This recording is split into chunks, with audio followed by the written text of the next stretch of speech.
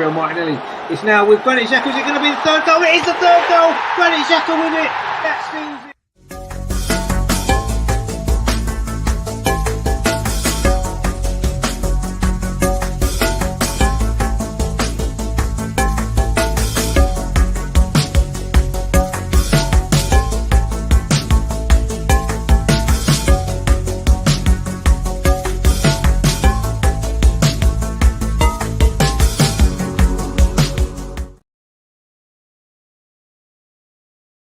Muted. The teams are in the tunnel. They're just coming out actually at Villa Park for this big game. Arsenal need to show what we're all about today following this poor run that we've been on, of course, the other night as well. We've got Nathan in the chat here, my friend. He says, hi, I hope you're well. Score predictions. I'm not confident actually. I'm going to go for a 1-0 win, but I'm not confident particularly. I won't be surprised if we drop points again. Terry says, after Richard do or die game today is, Phil says, yeah, we need to show them what we're made of today. Yeah, we do. It's a test of character, isn't it? I always say that, you know, when you're in a title race and things aren't going well, it's not about how good you are. It's not about the quality of your players. It's about the character of your players. And that's what we need to show today. Now, there's two changes to the Arsenal lineup in this game. You know, Arteta's not going to ever make too many easy unless he has to. Ben White comes back in at right back after Tomiyasu's mistake the other night. He's probably killed his confidence, to be fair, and that's him done. And the other change, Trossard is in, but it isn't for Eddie Nketiah, it's for Martinelli. So Eddie Nketiah is still up front, despite the fact that everybody knows he's nowhere near good enough. So basically the lineup is Ramsdale in goal, Ben White, William Saliba, Gabriel Zinchenko, the back four. In midfield, it is actually the Villa teams. I will just quickly run through that. Martinez in goal. It's Cash, Konsa, Mings, and Moreno is their back four. McGinn, Douglas Luiz, and Babacar Kamara in midfield, and then Coutinho, Watkins, and Buendia are the front three for Aston Villa. If you watched the show last night, our Aston Villa fan Rich was on, and he was predicting a few changes. He said Coutinho might well play. He said John McGinn would play. He said Moreno would play. So we got all that right. For Arsenal, I say it's Ramsdale in goal, Ben White, William Saliba, Gabriel and Zinchenko, Martin Odegaard, Jorginho and Xhaka in midfield. And then it's Saka and Trossard either side of Eddie Nketiah. Arsenal need to put in a performance today. No more excuses really that we can have. You know, We've lost 2 of the last 3 league games. We've only got 1 point in those games, and we've only scored 1 goal in open play as well. So, you know, we can see what the issues are, and today we just need to bounce back, and we need to show what we're about. But this won't be easy, will it? The early kickoff, we don't generally like the early kickoffs anyway, so we've got to overcome that. Plus, as well, of course, the Unai Emery effect. He is going to be desperate, isn't he, to get one over on Arsenal following his dismissal from the club, three and a half years ago now. Seems a long time ago, doesn't it? But he certainly had a successful career, hasn't he, since with Villarreal, and I'm sure he's going to do well at Aston Villa. It's, you know, he's still in the early stages, and they had a good start. Only 1 defeat in his first 7 games. They have lost their last 2, conceding 7 goals. But, you know, they did concede 4 at Villa Park in their last home game, but we're just not scoring goals at the moment, are we? But it's a big day, isn't it, for Leandro Trossard, his first Premier League start, isn't it, I think, because he started in the FA Cup game against Man City. I think this is his first Premier League start. He got his first goal, of course, a week ago, didn't he, against Brentford? And I'm sure he'll be looking for more. He's done well, hasn't he, in the minutes that he's had so far. So I'm looking forward to seeing his appearance there. The 2 managers, Arteta and Unai Emery, there with a little embrace before the game. But you'd imagine that Unai Emery is going to have his team fired up for this game. They know exactly how important it is for them as well. They need a win, but for totally different reasons to us. I just showed a nice shot there of Villa Park, a fantastic stadium, really, really is. The referee is Simon Hooper. A lot of talk about referees, of course, this last week. We know what happened to our friend from the Brentford game. Arsenal all in black today. Their black kit, a very nice kit, of course, is what Arsenal are in today. Aston Villa, of course, in their traditional claret and blue, or it's sort of white with claret and blue kind of trim and all that kind of stuff. Well, no, it's the claret and blue tops, isn't it? Of course it is, yeah. White shorts and light blue socks with light blue sleeves. So this is a big game, Aston Villa versus Arsenal. It's going to be Arsenal 2 kick-off. We are attacking the goal to our left in this first half, which is the whole end for those familiar with this fantastic stadium, Villa Park. Tyrone Mings is in the side There's a few issues over his fitness. He did just sign a new contract this week. So that is he's in the team. So no Callum Chambers today, but he's of course Emi Martinez in goal. Terry says, what do you think of Arteta saying that no one expects us to win the league? Very disappointing coming from our manager. Well, I hope that Arteta and the players hope that we might win the league.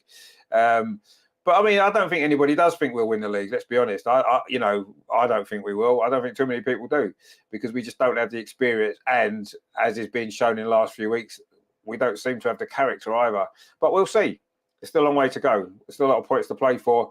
Today's a vital game, isn't it? Arsenal got a throw over on the far side, inside the first 40 seconds here at Villa Park. It's going to be Martin Ødegaard to take it, throws it back to Zinchenko. Not quite sure what he's doing over that side of the pitch, but anyway, he likes to go where he likes, doesn't he? Zinchenko, he's allowed free rein. He can go and play wherever he wants on the pitch. He doesn't have to bother playing left back because he can just wander about. Anyway, Villa in possession now. Tyrone Mings plays it back to Emi Martinez. That's not a great kick, actually. Arsenal pick the ball up over on that far side. The header comes in there from William Saliba, but Villa now in possession. Douglas Luiz just pops it off. Now it's Emi Buendia coming forward for Aston Villa. They're attacking down that far side now, looking to try to get an early opportunity here. The ball played square into Douglas Luiz. He's going to try a shot from distance. He does try a shot from distance, but it's well wide and it's gone behind. He did score, of course, at the Emirates, didn't he? Directly from a corner, if you remember, in earlier this season in the game that we did end up winning that game 2-1. That was a good performance from Arsenal. It took a while to get the goals, didn't it, to win the game. Arsenal playing it out from the back. They're almost getting in trouble there. Zinchenko it was, and now Arsenal won a free kick. Jorginho was fouled. I thought he had a good game, didn't he, the other night against Man City? A lot of people criticised his performance, but I actually thought he played well. Anyway, Trossard now his first touch of this game on this near side, Arsenal's left, plays the ball back to Zinchenko, just lays it off to Gabriel. Had a few shaky moments in the second half on Wednesday, didn't he? Conceded that penalty that was overturned, and generally had a few shaky, dodgy moments, I felt, in that second half on Wednesday. But anyway, he's in possession again now. Gabriel plays the ball up this near side for Leandro Trossard, having a run at this Aston Villa defence. That's a good ball. Granit Xhaka inside the penalty, tries to get a cross in. It's deflected behind. It's going to be a throw, though, to Arsenal. It was Contra, I think it was, with a block. It's a throw to Arsenal on this near side. Granit Xhaka is going to take it and throws it back to Gabriel. Arsenal started pretty well, actually, in this game so far. We've played 2.5 minutes at Villa Park, just over 2.5 minutes. It is Aston Villa 0, Arsenal 0. But a decent enough start from Arsenal. Saka now on that far side, plays the ball up the line. Martin Ødegaard, the captain, he's got Boubacar Kamara over there. And Boubacar Kamara wins a throw. No, he doesn't. It goes off him, actually. It's going to be a throw to Arsenal. 3 minutes played. Still 0-0. That throw there is headed out. Now John McGinn's going to flick it on. He tends to have a good game against us, John McGinn, doesn't he? Douglas Luiz pops that ball off. Now Villa coming forward over on that far side. That was nice football from them. That ball played forward looking for Ollie Watkins, but it's not going to reach him. In fact, it's going to reach Douglas Luiz instead. A little bit of space for the blonde-haired Brazilian over on that far side. Bleached blonde hair, of course, trying to do the Bruno Guimaraes look. Tyrone Mings now plays the ball square to Konsa. And Villa just slowing down the pace of the game. There's only been 3 goals in this fixture over the last 3 seasons since Villa returned to the Premier League. 2 1-0 wins for Villa and a 1-0 win for us last season, of course. Bukayo Saka's our only goal scorer in this stadium since Aston Villa returned to the Premier League in 2019. So we had a great record before then, actually. We was unbeaten in 17 visits, but not quite, so good reason. Anyway, Villa coming forward over on that far. So it's good football from Villa, actually, but that's played out there. Buendia, it's gone out there for a throw over on that far side. Buendia, of course, was a player that we were interested in, apparently, at one stage, wasn't we? A year or two ago. Very well kind of mentioned, wasn't he, in terms of coming to Arsenal, but when he was at Norwich. But he went to Aston Villa, and he's been a bit hit and miss, hasn't he, at Villa? But we know he's a quality player. Villa now are coming forward. A little bit of space here on this near side, actually. Arsenal, coming forward. It's Leandro Trossard on this near side coming forward for Arsenal. He's got Zinchenko just outside him. He finds Zinchenko. Arsenal looking to get an early goal, but Zinchenko loses out there to Matty Cash. The pole comes forward for Villa. Plays the ball over the top, looking for Ollie Watkins. got a little bit wider than he wanted to. He's got William Saliba inside. He goes past William Saliba, tries a shot. Oh, he scored. Watkins has given Villa the lead. 5 minutes played. Not the start Arsenal wanted at all. Poor defending there from William Saliba. And it was an Arsenal attack. Villa won the ball back. It was Matty Cash. And Arsenal find themselves behind. That is not what we needed in this game at all. It is Aston Villa 1, Arsenal 0. Ollie Watkins with the goal. Terry says 1-0 Villa. Watkins indeed. Absolute rubbish. Very, very simple goal, wasn't it? It was Zinchenko surprisingly lost the ball. He's doing my head in actually. The ball played over the top. William Saliba played Watkins onside. His first touch took him a bit wider maybe than he wanted to. He got into the penalty area, just skipped past him and fired a ball. Cross Aaron Ramsdale into the far corner. Very, very simple goal. Far too simple, actually. We've left Saliba one-on-one there with Watkins. It is a good finish, but not great defending, really, was it? William Saliba's just allowed him there far too easily to get past him. And Ramsdale couldn't get down and make the save. Steve's in the chat there, my friend. He says, hello, you're kidding already, Unreal. Yep. Not the start we wanted, is it, in this game? So important that we get the win. And we've gone behind after 5 minutes. I mean, the good news is it's very early in the game, so we don't need to panic quite yet, do we?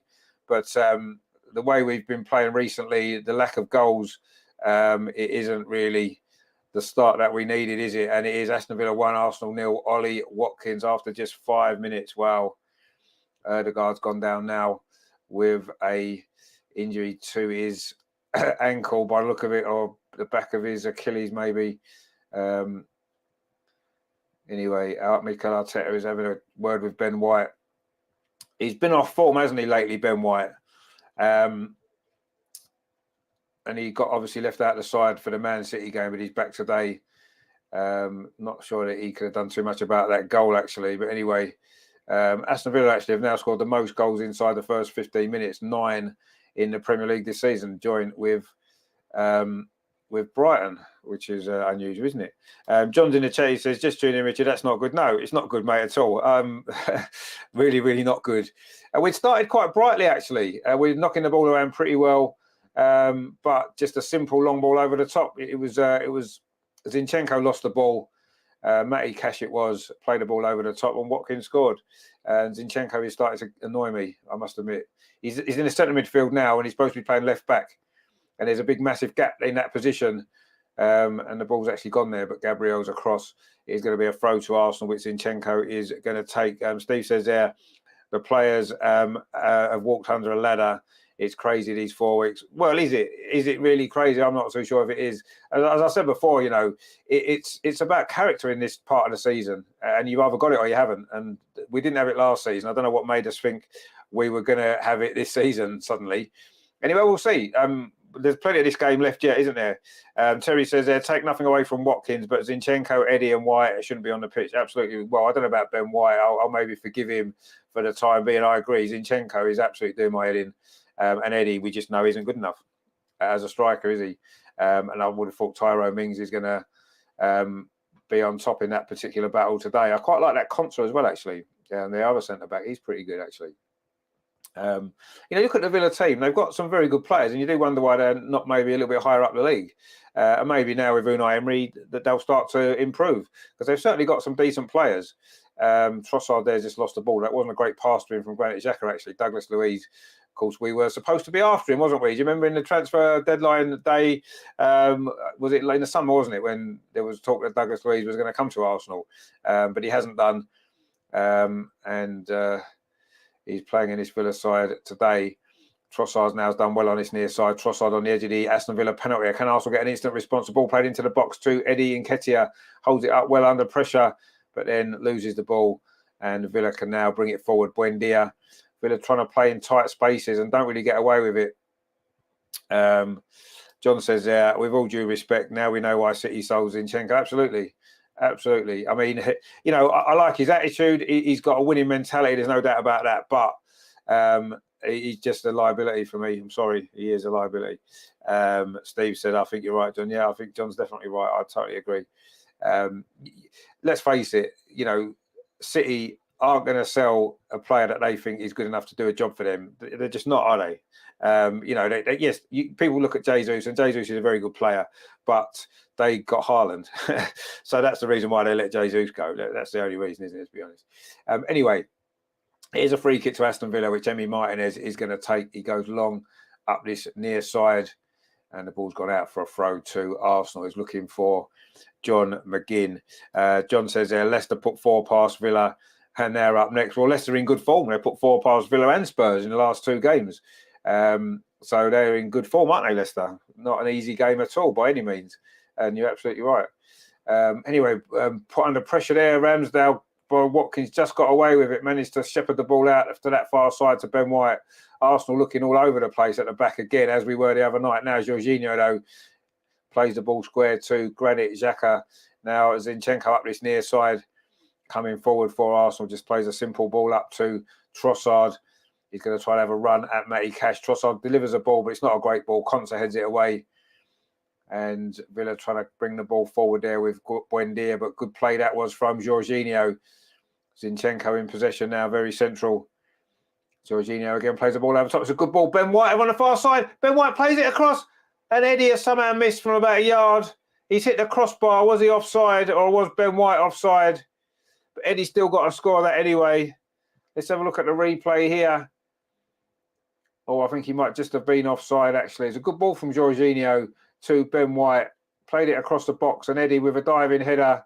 Did he get there, Eddie Nketiah? Or was it cleared away? Either way. I think Tyrone Mings maybe just got there first ahead of Eddie. I'm not sure if that was given as offside. No, I think it was Eddie's header. Anyway, he's missed an open goal, but there you go. Nathan says, how on earth has he missed that? Nathan, we had the same conversation the other night against Man City with Eddie Nketiah. And I'll give you the same reason, because he's not good enough. Because he's not good enough, I'm afraid. Terry said, sorry, that was supposed to be afternoon.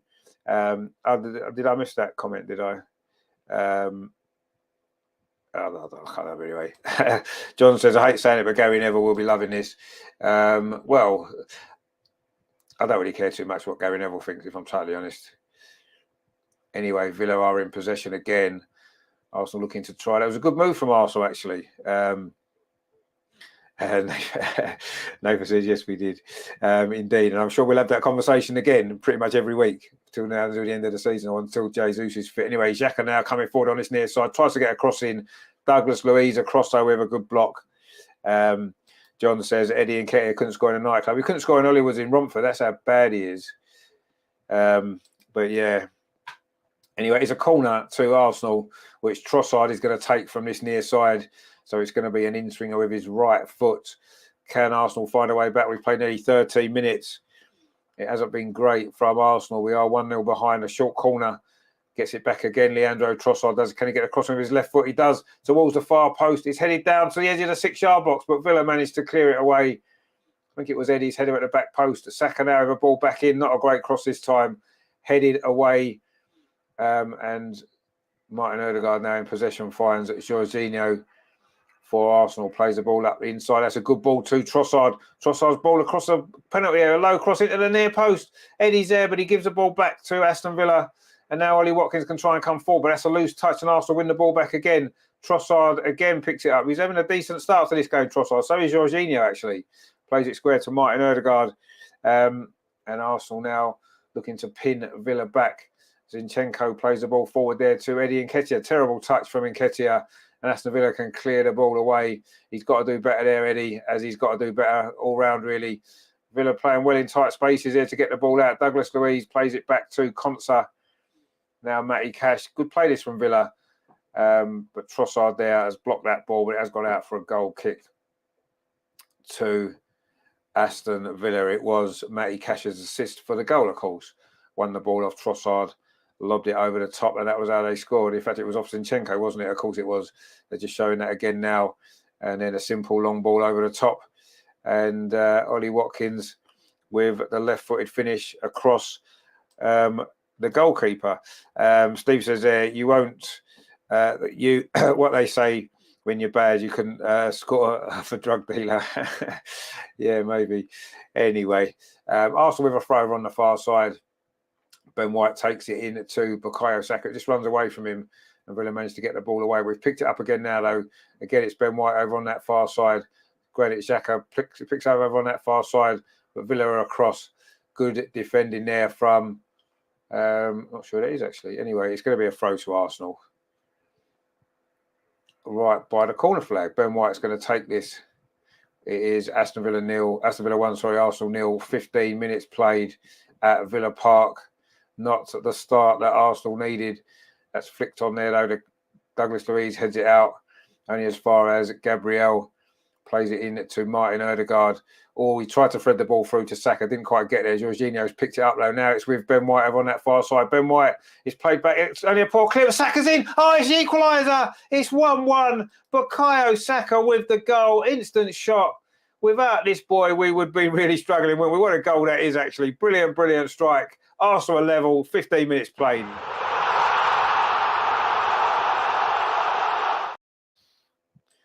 Well, it's certainly been a lively start to the game, hasn't it? There's no doubt about that. 2 goals already. Great strike that was. It was a cross. I think it was from, was it Martin Odegaard over on that far side? And the ball was headed out. In fact, it was Ben White's cross, headed out by Tyrone Mings, and Saka on the volley. Wow, what a finish that is. Into the bottom corner. Gave goalkeeper Martinez no chance at all. Bang. Brilliant, brilliant finish. Terry says, what a goal by Saka. Nathan says, lovely finish indeed. John says, yeah, we have to wonder what has Tierney done to Arteta. Well, who knows? Who knows? I haven't got a clue. Steve says, great. Not his offside. Yeah, indeed. Terry says, I wonder how many more times Saka is going to save Arteta's arse. Well, he's done it several times already, hasn't he? John says, Saka to the rescue. Steve says, true indeed. So, Arsenal back level. Wow. We wasn't behind for very long, about 10 minutes. And we've got ourselves level. We maybe could have scored a goal a little bit before, couldn't we? Eddie Nketiah's big chance. But we are level. And once again, it's Bukayo Saka who is saving the day for Arsenal. Is that going to be the turning point in this game? Because Villa had started well. Let's remember, in their last home game against Leicester, they took the lead and ended up losing 4-2. So let's hope that Arsenal can exploit those defensive weaknesses. It was a poor defensive header, actually, from Tyrone Mings, you have to say. And it was a very, very good volleyed finish from Bukayo Saka for about 15 yards. Emi Martinez had no chance. And Arsenal are back level following that very, very poor start to the game. Gabriel now plays the ball up this near side for Zinchenko, pops it into midfield for Granit Xhaka, gets it back to Zinchenko. Now it's played out to William Saliba, striding forward for Arsenal, plays out to the far side. Ben White over halfway now, and he's won the throw there. And Arsenal looking a little bit more comfortable now since the equaliser. In fact, just before as well, we started to get on top of the game, really.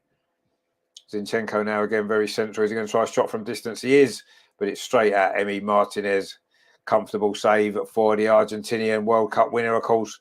The goalkeeper, the tournament he was voted. That save he made in the end of extra time in that World Cup final was so important, wasn't it, for Argentina?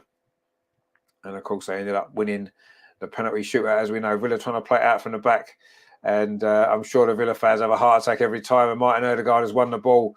Emery wants to keep trying that system, doesn't it? It didn't really work with Arsenal, and it's not really working too well with Aston Villa. But they have managed to get the ball out now. They're trying to come forward themselves, looking for a way to get themselves back in front. Arsenal now run the ball back over on that far side. Bukayo Saka's done well, actually. Ben White plays it back again to Saka, plays the ball over the top, looking for the run of Eddie Nketiah, but it's not going to stay in.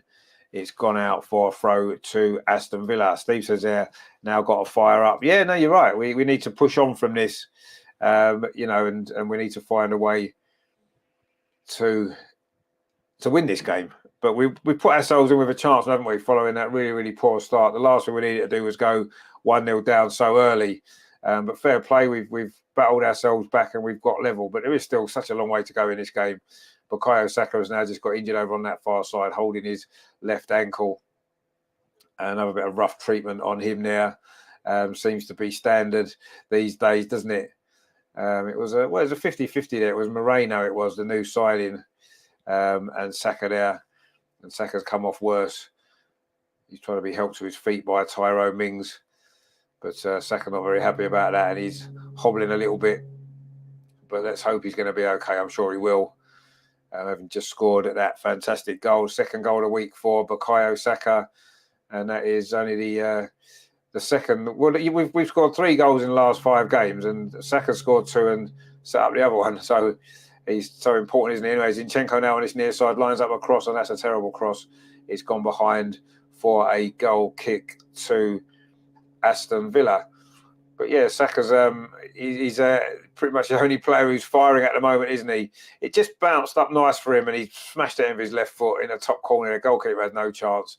That's a really good finish. A poor header from Tyrone Mings, actually, you have to say, but that is a good finish. Of course, he did score a winning goal here last season, didn't he, for Arsenal, Bukayo Saka? The only goal we've scored at Villa Park, well, he's the only goal scorer we've had at Villa Park since Villa got promoted in 2019, and he's popped up again with an important goal. But Villa now in possession. Douglas Luiz, nice play from him actually. Konsa now in possession. Saka's just putting his boot back on over on that far side. McGinn plays it into Douglas Luiz, pops it off to Matty Cash. Villa have looked quite good actually. Terry says, to be fair, it was a lovely header by Ming, straight on Saka's left foot. Let's hope he can do it up the other end. Well, I mean, it was from our point of view, it was a good header, but defensively, it was a really poor header, wasn't it? But a great finish from Bukayo Saka, and I say he is the man at the minute, isn't he? Again, the main man for us. Steve says there, if I was watching TV, which way would Arsenal go, left or right? Arsenal attacking the goal to our left. So if you're looking at, if you're watching on TV, Arsenal attacking the goal to our left. It's the whole end of Villa Park, if you're sort of familiar with the stadium. But yeah, Arsenal attacking to our left. But Villa is attacking at this moment in time, looking to regain the lead. But Arsenal picks up the ball. Bukayo Saka again over on that far side. Arsenal's right, cuts in field, finds Granit Xhaka very central, lays it off to Gabriel, finds Zinchenko. Plays it up this near side to Leandro Trossard. Gets it back to Zinchenko next with Gabriel. Arsenal just keeping some possession now. We're nearly midway through this first half, 22.5 minutes played. It is Aston Villa 1, Arsenal 1. Funny enough, Rich, the Villa fan yesterday that we spoke to, thought it might be a little bit more open this game than recent meetings here. So there's only been 3 goals before today in the last 3 meetings here. And there's already been 2 goals in this game in the opening 15 minutes there was. Anyway, Arsenal in possession now. William Saliba inside the centre circle, plays it square to Gabriel, dinks a ball up this near side to Trossard. That's a good ball. Actually, Leandro Trossard there, but Matty Cash is across. It is going to be a throw to Arsenal. Just about 10 yards in from the corner flag on this near side. Arsenal's left as Zinchenko throws it in to Granit Xhaka, gets it back. Now it's with Gabriel. Plays it back to William Saliba. Plays it back again to Gabriel. Arsenal just keeping possession. Zinchenko now into Granit Xhaka. Zinchenko again turns and plays the ball up the line to Trossard. Tries to play it on there, and Arsenal won it back. Granit Xhaka. Matty Cash is across and he's fouled Granit Xhaka. It's going to be a free kick to Arsenal in a pretty dangerous position actually on this near side. Just sort of in line with the edge of the penalty area. It was a foul there on Granit Xhaka, and this is a good opportunity for Arsenal to get that ball into the box and see if we can get something out of this game, get ourselves in front. It is Martin Ødegaard. He's going to take this free kick. It's about, 10 yards outside the penalty area on this near side, just in line with the sort of edge of the penalty area, but 10 yards out. It's going to be Martin Ødegaard with his left foot to whip this in. And let's see if Arsenal can get the lead here from this set piece. There's a bit of pushing and shoving on the edge of the box. Martin Ødegaard's free kick, though, it's headed away by Konsa, I think it was. Eddie Nketiah was complaining that he was fouled. Perhaps he was. Terry says that if you're watching Loki, have a good one and give us a wave. I don't think Loki will be watching the show, Terry. He's in the stadium, isn't he? And I'm sure he's feeling a little bit happier with life now, as we all are, following that bad start to the game, where, of course, we found ourselves 1-0 down anyway. It's a throw to Arsenal right by the corner flag. In fact, the referee's giving it to Aston Villa. Zinchenko thought it was an Arsenal throw, but the referee disagreed, and it is going to be Matty Cash who is going to take the throw. Just plays it short, gets it back, and then plays a long ball forward, but there's no Villa player there. Comfortable header from William Saliba. Now Gabriel goes back to the goalkeeper, Aaron Ramsdale. Finds Gabriel again on this near side. Now it's with Zinchenko. Tries to play a ball up the line there, but it's hit the Aston Villa captain, McGinn. And now Concer's in possession for Aston Villa. Deep inside the Villa half. Plays it square to Tyrone Mings. And now it's gone back to Emi Martinez. Former Arsenal goalkeeper, of course. Won us the FA Cup. Well, helped us win the FA Cup in 2020. But he couldn't stop Bukayo Saka's goal there. And it is going to be another throw to Villa on his near side. Matty Cash throws it forward to Buendia. A little bit of space in the middle of the pitch for the Argentinian. Buendia plays the ball forward. That's a good ball, actually, to Ollie Watkins, the Villa goal scorer. He's got 3 players around him, and he's fouled by, was it Granit Xhaka who fouled him, or possibly Jorginho? Anyway, it is a free kick to Aston Villa. Ollie Watkins there didn't have a lot of support. He had 3 Arsenal players around him. Was it a foul there by Granit Xhaka? I don't know, actually, he's won the ball, but he has gone through the side from the back, I suppose. Bit of a soft one, really, but it's an opportunity for Aston Villa to get the ball into the box. It's quite central. It's slightly to the left-hand side. It's about, 15, 20 yards outside the Arsenal penalty. Granit Xhaka's getting himself involved with Tyrone Mings, not quite sure why. Anyway, it is going to be a free kick to Aston Villa. Aaron Ramsdale's lining up his wall. Douglas Luiz looks as though he might well be taking this. The Brazilian looks too far out for a shot, but you never know. I mean, we've maybe seen goals scored from here before. It's 25 yards outside the penalty area. So just slightly to that left-hand side. Douglas Luiz is over this. Does he fancy a shot from here? Not quite sure. But anyway, we'll see what happens, or maybe he might just dink this in towards the penalty area. We shall see. This could be a big moment in this first half. It is a shot from Douglas Luiz, hits the wall, but Arsenal don't really clear it away. It's over on that far side. The ball twisting and turning in. Philip Coutinho it was, but Arsenal do manage to clear it away now. Eddie Nketiah put under a bit of pressure, but does well.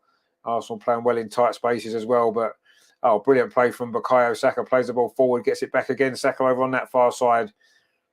But it was good covering play there from Kamara for Aston Villa. But it is a throw to Arsenal over on that far side. Ben White in front of the 2 dugouts here at Villa Park. In front of the Whitton Lane, Trinity Road stand, sorry. Also coming forward again over on that far side, Bukayo Saka, but he's just lost out there to the left back, the Spaniard, new signing for Aston Villa. He's going to take the throw now in front of Mikel Arteta's technical area. And it's with Aston Villa again. Tyrone Mings plays it back to goalkeeper Emi Martinez. We played 28 minutes here at Villa Park. It has been quite an open game in many ways. And it is obviously Aston Villa 1, Arsenal 1. Villa taking that early lead with Ollie Watkins after just 5 minutes. But 10 minutes later, Bukayo Saka smashed in the equaliser for Arsenal. And Arsenal have been on the front foot ever since, really. Jorginho now plays the ball out to that far side. Terry says, does Zinchenko have a problem passing left? If it's not Martinelli, he now ain't passing it to Trossard. Well, I don't know. He's passed to Trossard a couple of times. Anyway, Saka over on that far side, battling away for the ball. Arsenal do win it, actually. Saka now heads it forward towards Ben White. And it's gone out for a throw to Arsenal. Ben White's gone down, clutching his ankle as well. Villa have been quite physical in the early stages of this game. It was a ball played there by, not sure it was that committed that foul, actually. But it wasn't a foul. He just caught Ben White on the follow through, and it's going to be a throw to Arsenal over on the far side in the attacking third of the pitch. Ben White's okay. He's back up on his feet again. In fact, he's going to take this throw. It's sort of in line with the edge of the penalty area. over on that far side. Ben White with it for Arsenal. Nearly half an hour played, and Arsenal have won a corner. Good play again by Bukayo Saka. He's definitely been our best player in this opening half an hour. So we shall see what this corner brings for Arsenal. So we've just come up to the half-hour mark now, and Bukayo Saka's going across to take this corner for Arsenal. Doesn't seem in too much hurry, actually, to take it, Bukayo Saka. Shuffling over there to that far side. He's now going to swing this corner in. A bit of pushing and shoving at the near post. Now Saka's going to take this corner for Arsenal. Can we get the lead here? Could be a big moment. It's Saka with the corner towards the edge of the 6-yard box. Oh, Emi Martinez comes and grabs that. Good goalkeeping from him. Safe hands there from the big Argentinian there. Just came on the edge of his 6-yard box. There was William Saliba was in there. And Gabriel was coming in as well. But a really good goalkeeping actually from Emi Martinez. And Villa now with the ball coming forward. Coutinho lays it off. Over on that far side, Villa in possession. Well, that's a ball played through around the outside. It's back into the penalty area. It's come for Coutinho. A shot. Oh, it's gone in. And Villa have taken the lead. It's Philip Coutinho for Villa. It is 2-1. And Arsenal have got it all to do again. We've done well to get ourselves back level. But we've just been ripped apart again. It was a ball over that far side, inside the fullback. Ben White, it's pulled back there. It was dummied. It came to Philip Coutinho, and he just finished it there, put it into that far corner. Liv says there 2-1. Indeed, it is 2-1. John says Zinchenko is not suited to be a left back. He spends more time moving in the midfield. He does. Nathan says, have to say that was a nice goal. It was a nice finish. I mean, it was again. You see, it's a counter attack, isn't it? You know, we've lost the ball.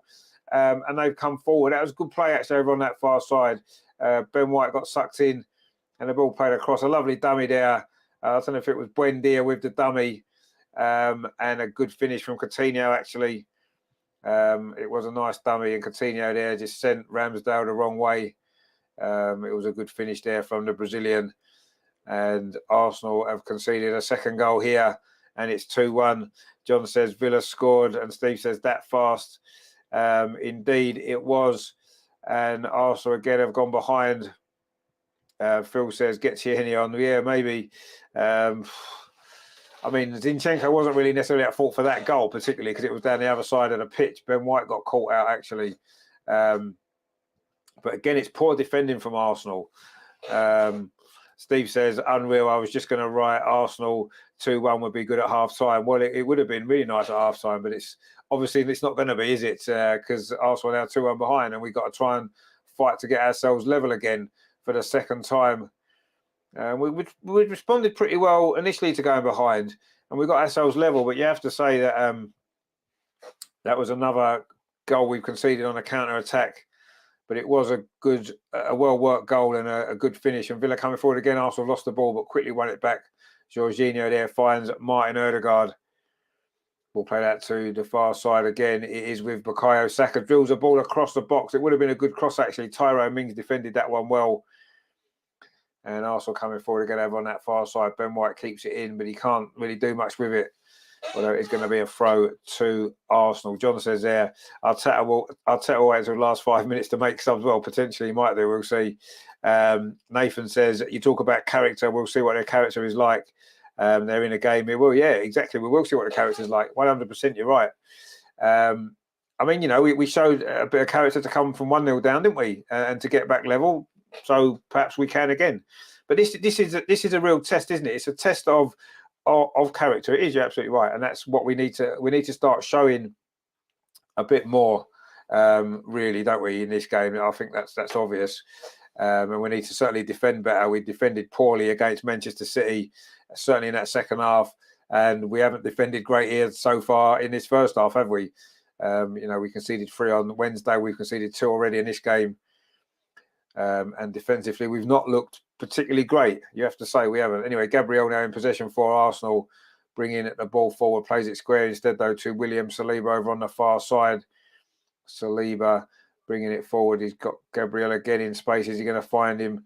He does. Granit Xhaka's now almost playing in the left-back position with Zinchenko in midfield.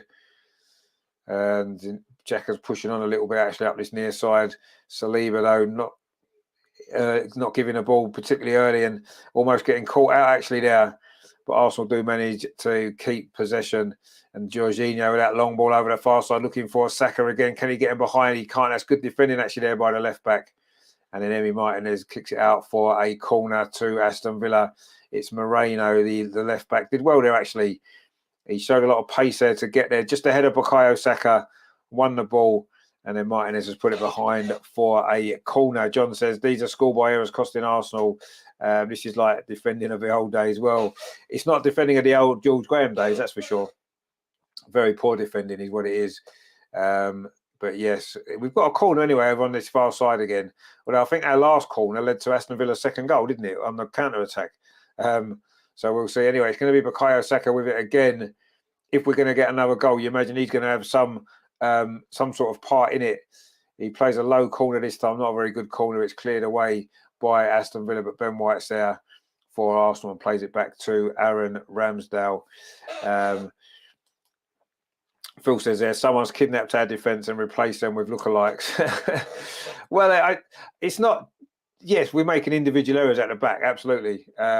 I just think the structure of the team doesn't seem quite as solid, do we? You know, is that Partey not being in the team? Maybe. I mean, I think Jorginho is doing well in this game. Actually, he's getting on the ball, he's dictating the play. But anyway, Terry says, sorry, I haven't commented. I'm lost for words without swearing. Yeah, well, we'll try not to swear. It can be quite tricky at times when things aren't going too well. But anyway, Arsenal are coming forward over on that far side, or we were. But another attack has come to nothing. Emi Martinez has now got the ball. And then he goes to close him down, and Emi Martinez just picks the ball up. Steve says there, poor defence, so easy goal, just running. We've got to try it so hard to score. Well, we have. We've got to try a little bit harder because we need to find, 2 goals ideally, but certainly at least one. Anyway, Zinchenko plays it back to Ramsdale. He goes long towards halfway. There's no Arsenal player there. And Villa pick up possession again. I mean, Villa have played pretty well in this first half, actually. You've got to give them credit for that. They've moved the ball quite well in the midfield, and they've looked pretty good, but we haven't been great, and certainly not defensively. Anyway, that's for dead certain. Anyway, Zinchenko now for Xhaka. He's giving the ball away again. This is poor from Arsenal. Buendia on the edge of the Arsenal penalty area. Buendia tried to play the ball across, but Xhaka got back well, actually, and now it's Leandro Trossard bringing the ball forward, but he takes too long. He has it taken off him there by John McGinn, and Villa are actually pressing us really, really early in this game, high up the pitch and winning the ball back, and we're struggling to cope. Villa want a throw now on this near side. Matty Cash just played the ball there off Zinchenko, and it's going to be Matty Cash with this throw for Aston Villa, sorry. Plays it back to Douglas Luiz. And now it goes back to Konsa. And now Tyrone Mings has got a little bit of time. We've played 38 minutes at Villa Park. Aston Villa 2, Arsenal 1. Not a particularly good first half from Arsenal. We've had moments. We have scored a very good goal from Bukayo Saka, but we've gifted Aston Villa 2 goals. Poor defending again, as it was the other night. And unfortunately, that's not good enough. Anyway, Moreno's just gone down, the Aston Villa left back. It was Bukayo Saka there. Maybe just caught him, did it? It's going to show a replay of that there. Yeah, he just kind of caught his foot there, trying to close the ball down. It was accidental. But they're painful. I had one this morning, actually, on my foot. I've got a bit of a bruise on my foot after that. So they do hurt them. Moreno's gone down. I'm not sure if it's his debut for Aston Villa. I know he's not played very often since he just joined in January. An Unai Emery signing. Player that he knows pretty well, obviously from Spain. Anyway, he's just going to get a little bit of treatment over on that far side as we wait for the game to resume. We'll see. Terry says there, we have a problem with when Coutinho is out battling our midfield players. Yeah, absolutely. Steve says there, we don't have chances when we go forward and they score easy, and we don't take our chances. They go forward and score. That's what's changed. We can't score. Yeah, I mean, the two things have changed, haven't they? It's in both ends of the pitch, isn't it? We're not scoring the goals anymore that we were scoring, and we're conceding some really, really soft goals, aren't we? So, and those two things combined are a recipe for disaster, right? Let's be honest. Because they're the two areas of the pitch that you need that decide games, aren't they? You're either defending or you're attacking, and we're not doing either particularly well at this moment in time, are we? And that's why we're in the situation that we're in, and that's why we're dropping the points that we're dropping. That's the only reason, isn't it? Anyway, me feed seems to have frozen actually for some reason, which is unusual, isn't it? But it's back again now. Actually, it's just gone back over to this bit before. I will try and catch back up again. We'll see where we are. But anyway, the fact of the matter are we've played 42 minutes here, 43 minutes here. It is Aston Villa 2, Arsenal 1. And they're just showing that second goal again, which, it was a good Aston Villa move, actually. It actually reminds me a little bit. I mean, I know, it didn't work with Unai Emery at Arsenal, did it? We know it didn't. But during that first season, there was a spell, wasn't there, where we played some really good football. And that goal there was kind of similar to some of the sort of goals that we scored during that time. Do you remember that game against Leicester, the Ozil game? We scored some beautiful goals, didn't we? At that time, we beat Fulham, that 5-1. Do you remember that when, we were playing some really, really good stuff? And that reminded me that Villa goal sort of reminded me of that kind of spell that we had under Unai Emery. And, Aston Villa fans may well get to enjoy some nice football over the next few months. But whether or not he can do it consistently, as he wasn't able to do at Arsenal, time will tell. But yeah, they played some good football in this first half, Villa. And that second goal was a good goal. Anyway, Arsenal in possession now. Gabriel bringing a ball forward, finds Zinchenko on this near side, the Ukrainian wearing orange boots.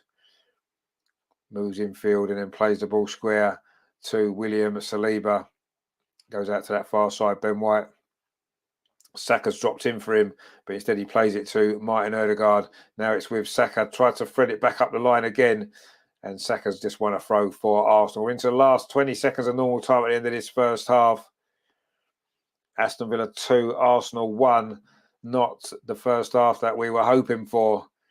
We've had a lot of possession, but not really created an awful lot of chances, have we? Anyway, Trossard now looking to change that as we move towards the half-time. We'll just find out exactly what the stoppage time is going to be. Steve says there, what is our game after Leicester? Is it Bournemouth at home, potentially, I think? It's going to be 2 minutes of stoppage time, by the way, at the end of this first half. Can Arsenal get level before the break, or are we going to go in at half-time trailing? We'll have it all to do in the second half against an Aston Villa team that you've got to say have played pretty well in this first half. They have played pretty well, but not really enough from Arsenal. It's not really good enough from Arsenal. If we're going to find a way back into this game, it needs to be better. Let's just have a look. Actually, we'll get the next couple of fixtures for you, and we'll see. Obviously, we know Leicester's next. I think it's Bournemouth at home after that. I think, but I can't remember exactly. We'll find out in a minute. It seems to be my internet maybe playing up, which is why the feed has gone. Anyway, it looks like there's a little bit of an altercation there involving Granit Xhaka, surprisingly enough. We have played we've played 1 minute of stoppage time, at the end of this first half. And there seems to be a little bit of pushing and shoving going on over on that far side, which is not really what you need, is it? Granit Xhaka's obviously involved, as you would expect. But anyway, we're coming down towards the final few seconds of this first half at Villa Park. Aston Villa 2, Arsenal 1. And let's see if Arsenal can find a way to get something from this game. It's going to be a big second half coming up, I'm sure, but we're just coming towards half time now. If my feed will catch up with itself, I think it's an internet issue that I've got. I can't seem to get on anywhere actually. And the referee is getting his cards out following that altercation there. We've played the 2 minutes of stoppage time. There's going to be a little bit more stoppage time now, obviously, due to all this stuff. There is going to be some yellow card coming out. I'm not sure who got the yellow card. Bukayo Saka, it was actually who got the yellow card there. We've played 2.5 minutes of stoppage time. Arsenal do have a free kick in a pretty good area, actually, over on that far side. And Douglas Luiz got booked as well in that little altercation that just took place. It is going to be Saka with this free kick. See what happens here. This will be the last action of the first half. Bukayo Saka's free kick towards the far post, but it's far too comfortable there for Emi Martinez. Just grabs the ball, and there goes the half-time whistle. And is it half-time? I'm not quite sure if it is. No, Emi Martinez, no, it isn't half-time quite yet. All the Aston Villa players ran away. I thought they were running down towards the tunnel, but actually they've just all disappeared so that Emi Martinez can kick this ball. We've played 3 minutes of stoppage time at the end of this first half. Only 2 minutes was given. Martinez goes long. We are into the dying embers of this first half at Villa Park. And in fact, there goes the half-time whistle. It is Aston Villa 2, Arsenal 1. So Unai Emery is leading against Mikel Arteta, as he did, of course, in the Europa League semi-final from 2021. And that was how that game finished, 2-1. And that was how it finished on aggregate as well, didn't it? And we got knocked out. But we've had some good and bad moments in that game. Defensively, really poor. But certainly going forward, we've had 1 or 2 bright moments. Bukayo Saka's goal was good, but we can't keep conceding goals like we did there. 5 minutes in, it was a simple long ball over the top. Ollie Watkins just went past William Saliba and fired across Ramsdale. We got ourselves, let I say, Bukayo Saka with a volleyed finish following a poor defensive header from Tyrone Mings. And that was after just 16 minutes. And we thought we could go on maybe and get a grip of this game. But we conceded a second goal, just after half an hour. It was, again, it would come from an Arsenal corner. Counter-attack from Aston Villa. A ball played from a good ball actually played inside fullback Ben White over on the far side. A low cross to the edge of the penalty area. Buendia let it run. And Philip Coutinho came in behind and popped it in the bottom corner. Poor defending, but that was a decent goal from Villa, you have to say. But anyway, actually, we're going to look at what game there was, wasn't we? After Leicester, my internet is really, really slow today. I'm not quite sure what's going on. It isn't good at all. But anyway, let's see. I might go on my mobile data instead, and let's see if we can see the next few fixtures coming up. I'm sure. Obviously, we know it's Leicester next Saturday at 3 o'clock. Oh, and of course, it's Everton, the rearranged Everton game at home. So that's coming up on the 1st of March. And then it is Bournemouth at home after that. Then the Europa League comes back again. And then it's Fulham away. And that certainly won't be an easy game, will it? Either, because Fulham are going pretty well at the minute. Terry says there, Steve, after Leicester... After our game after Leicester will probably be a top 4 finish going away. Things going, no, we still plenty of points in hand there. Steve says leading by 6 points now, might be lucky to make top 4. No. Top 4 is fine. I would have thought so anyway. And put it this way: if we don't make the top 4 from the position that we've been in, then heads will have to roll, won't they? Quite honestly. We can't really, that's just not going to be acceptable, is it? Anyway, it's half time at Villa Park. Not really great from Arsenal, is it? Let's be fair. We're looking a little bit lost at this moment in time, not just in this game, but in general in the seasons at the moment. You know, last 4 or 5 games not been great, have they? And this one isn't going any better. But it's a big second half coming up. So stay with us. I'm going to go and grab myself a cup of tea because it's that time of the day. So stay with us. I will see you very, very soon. And I'll say, please stay with us. Give us a like. And why not? Give us a like, because that might help Arsenal play better in the second half. So stay with us. I'll say, I'm just going to nip and get a cup of tea. And we'll be back very, very soon. So don't go anywhere. and we'll see you in a few minutes for the second half.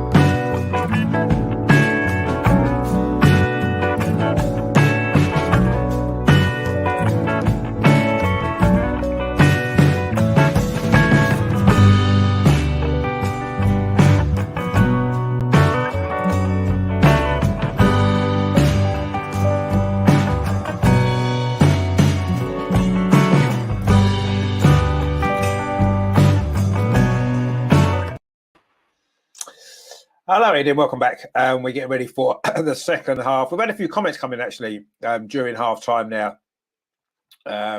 Steve says there, why didn't we buy a big player in January? Why don't Boss spend money and buy? Well, I mean, we bought Jorginho, didn't we? But he's a big player. But yeah, not enough, obviously. We needed a striker, didn't we? I don't think there's any doubt about that.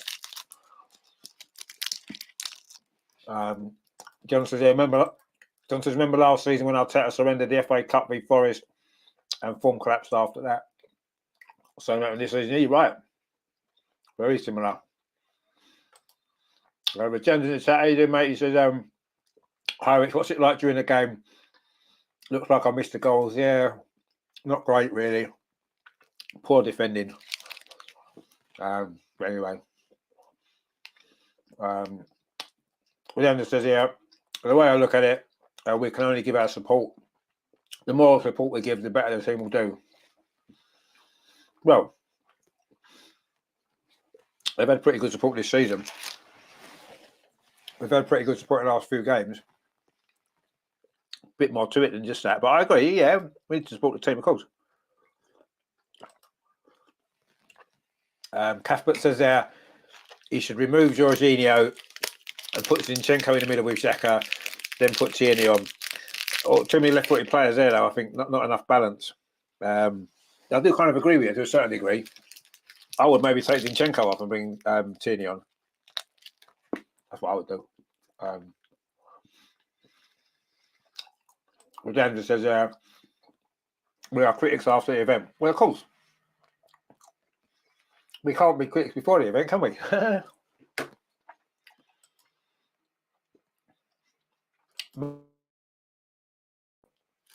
Do we have a communication problem between Ramsdale and our centre-backs?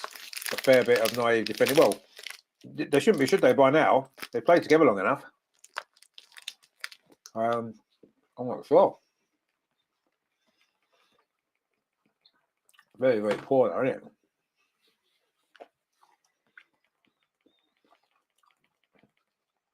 I'm going to see if I can find another stream of this game.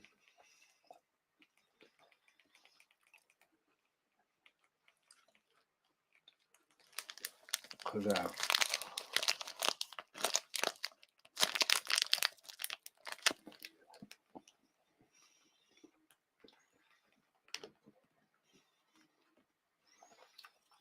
oh,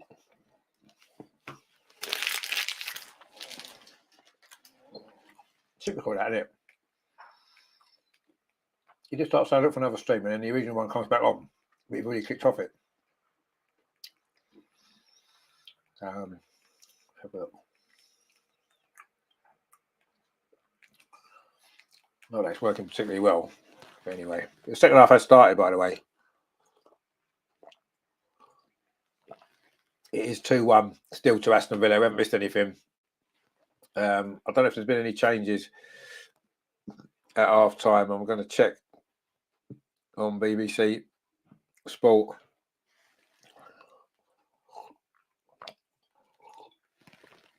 My guess is probably not, but we'll see.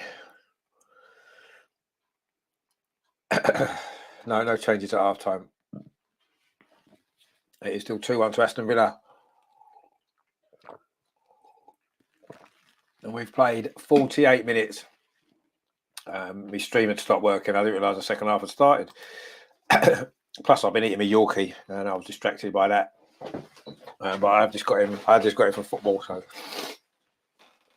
Steve says, if we had Jesus the last 3 weeks, you think it will be the same? Don't change our point. But no, you're right. I mean, it doesn't. You're absolutely right. Mark C says our defending has not been up to the right standards. No, it hasn't. Absolutely not. Would Jesus have made a difference? He'd have probably helped us going forward. Yeah, he wouldn't have helped the defence so much, would he? That's down to them. Anyway, we're coming forward now. Saka on this near side. That was good defending actually by Moreno, I think. Oh, no, by Coutinho, sorry.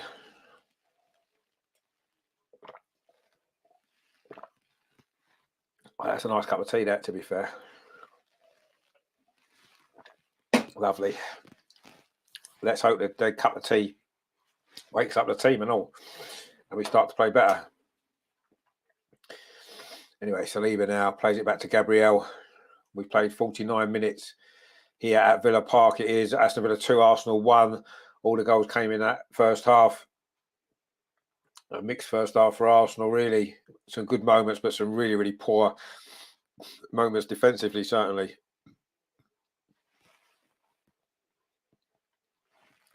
Anyway, Bukayo Saka don't seem to be moving too freely, actually,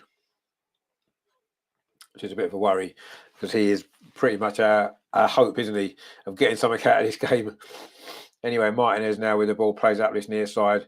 Not a great ball, actually, and the left back there, Moreno, couldn't keep it in. Martinez apologises.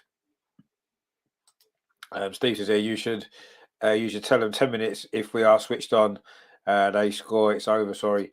Well, we'll see. Anyway, Saka now on this near side, puts a cross in towards the far post. Good defensive header that was there from Conser, I think it was. And in fact, the referee has given a free kick, but it was a good defensive header. Phil says it's disappointing to have such a drop in form compared to how we were performing. Yeah, obviously, of course it is. And, you know, it's massively disappointing. But I think that, you know, the issues that we had before in terms of squad depth, in terms of experience, in terms of those, you know, that mentality thing that we've spoken about, all those things were still there before. And they are a big part of the whole piece, aren't they? You know, you're not going to be successful just because you've got good players who play a style of football that was working really well. You need more than that, don't you? You need that character, you need the mentality. And I've never felt that this team really had it. You know, and I think it's improved with Zinchenko coming in, with Jesus, with Jorginho, but we've still got a lot of young players. Anyway, coming forward now, Saka puts the ball back in towards the penalty. It's a poor clearance. Martin Odegaard lays it back to Granit Xhaka. His shot comes in, it's blocked again by Aston Villa, defending really, really well there. Actually, Villa, that was better from Arsenal. But I mean, you're right, Phil. There has been a big dip in form. There's no doubt about that. And it's been since the FA Cup game against Manchester City, wasn't it? You know, Terry mentioned it the other night in the show that we did about, you know, that as the seasons fell apart since the FA Cup. You know, and everyone's saying, "Oh, we'll desperately rest players for the FA Cup." It doesn't matter, but it does matter because it's all about momentum, isn't it? We've lost that momentum now, and we just can't get it back. Anyway, that shot comes in again. It's deflected. Is it going to fall to Saka? It does, but he pulls it wide, and we're actually playing pretty well. The start of the second half, Saka's gone down again. I don't think he's going to last much longer. He's gone down 3 or 4 times in this game already, and he's already gone down twice in this second half. He isn't moving particularly freely. Steve makes a good point there. He says maybe we overperformed. Yeah, maybe we did. Maybe we performed above that level that we can sustain. Perhaps that's true. Maybe that's the point. And now we're finding our level again. Maybe, if you like, you know, the level that we showed last season when we had good spells. But we've tended to be, haven't we, under Mikel Arteta? I've noticed we tend to be a streak team, don't we? We'll either go on a good run of wins or we'll go on a bad run of defeats. We don't seem to be able to brush aside one defeat. And, you know, it's not often under Arteta when we go on a run of like 1 defeat in 10 games. It will be 4 or 5 defeats in 10 games, or it will be 6 wins out of 9 games. You know what I mean? They're the sort of 2 runs that we have. We never seem to bounce back very quickly from poor results and poor performances, do we? Unfortunately, it's just the way it is. Terry says, have I missed much? Bloody shopping delivery turned up 10 minutes ago. Well, you missed nothing really, no. So don't worry about that. Get your shopping sorted out. We normally get ours delivered on a Friday, actually, just because it's out of the way then, isn't it? Friday evening. Then it's done for the weekend. But I kind of agree with Steve there. Maybe we did overperform in that first half of the season, and that's maybe the maximum that this team's got.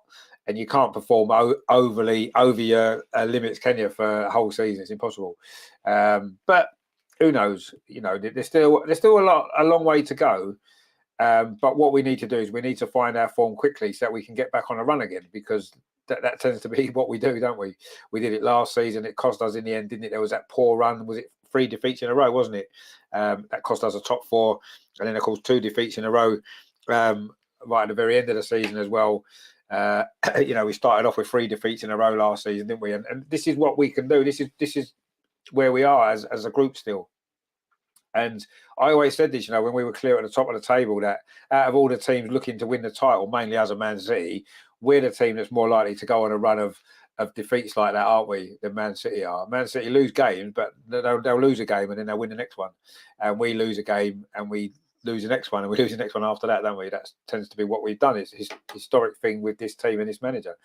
And until we put that right, we're always going to be in the same situation, aren't we? The progress that we make is always going to be hampered by that mentality issue, I think. Anyway, the stream's gone down again. I don't really want to change it too much because if I change it, like I did before, it will come back. But it's not. It doesn't seem to be lasting too well. I mean, I'm not quite sure why. It always seems to be when it's on BT as well. I don't know if it's a BT issue. But anyway, let's see what happens. Hopefully, the stream will come back, and maybe Arsenal will play better when it does. We'll have to see. Or I might just try and see if I can find another. I was looking actually on some other channels, the American channels and stuff. If anyone knows an American channel that's got it on, Optus Sport tends to be pretty good, but I don't know what they're showing. I'll maybe try one of their channels and see. Sometimes they have it on, don't they? I've noticed Optus Sport. I'm not sure. Doesn't seem to be a lot on Optus Sport actually, or maybe there's just no signal. I think my internet's having a few issues actually anyway, to be fair. But anyway, let's see what we can find. Not an awful lot. I don't know if anyone knows any American channels that's got the game on. I've got a load of channels, but Peacock Sports maybe? Is Peacock Sports going to have it on? Who knows? I can't actually get it. I'll tell you what I'm going to do. I'm going to come right out of it and I'm going to start again because I'm not really sure if this is working particularly well. Let's have a look. Right, let's try again. See if we can get into it again this time, because that's no good, is it? Steve said there, KO. Is that an American channel? Is it KO? So I don't know if I've got that one. KO. Let's have a look and see what we've got. Well, I've just turned it off and turned it on again because that seems to be what you need to do. Anyway, we'll go back into the BT one now. I've switched it off and switched it on again. See if that happens to work now, and see. I have to look for KO Live US. I don't know what we've got in here. Let's have a look. Live US. I don't know if I've got that. Anyway, we seem to be back for temporarily, but again, it's come on and gone off again. I don't think I've got KO actually. All these channels here, I don't think I've got KO. BN must have it on. BN's always got it on. BN Sports. Let's try them. They're normally pretty good, aren't they? Oh, they've got tennis on that one. That's no good. So that's no good, is it? Let's have a look. At least it was working, I suppose. BN Sports. Let's try them. I'm sure they'll have it on. They normally do. BN Sports 2. What's on BN Sports 2? There's tennis on BN Sports 1 anyway, but we're not worried about that, are we? BN Sports 2 has got a different game on. BN Sports 3.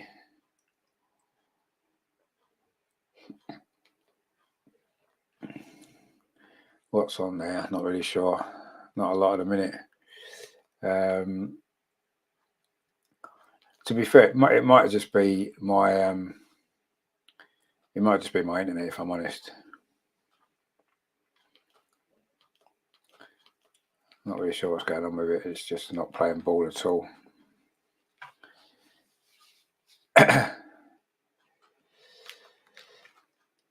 This is annoying.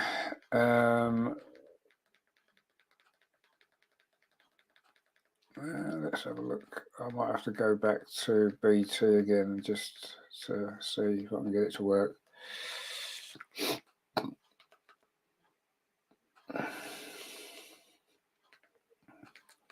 Let's try. Let's hold our breath and let's see if it's going to work, because so far it's been absolute shite. The coverage has been shite. The game's been shite. The performance has been shite. And I just can't get anything to work. Our BN Sports have a championship game on. Millwall against Sheffield United. That's exciting, isn't it? It's 1-1, by the way, if anyone's interested in that particular game. But we are still trying to find this to work. I never have this problem. I guarantee later on at R5 when I want to watch a Newcastle game, the Newcastle game will play fine all the way through. Absolute guarantee. It does every week. The last time the BT game was on, it was the same. Had the same problem when the BT game was on when we played Everton the other week. Maybe it's just a BT thing. Anyway, I'm going to see if I can find maybe another coverage. What about Spark Sports? They must be good. Spark. They just sound good, don't they? Let's see what they're doing. It's still 2-1, by the way. Just in case you're wondering what was going on in the game. I've got it on the BBC website as well, you see. We've played 60 minutes. I know Spark have got a bit of rugby going on there. That's no good.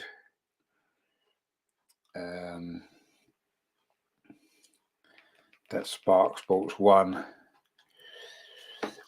Steve says there, hang on if I can get my mouse to work. That's a big game, Newcastle. Well, yeah, it is a big game. You're absolutely right.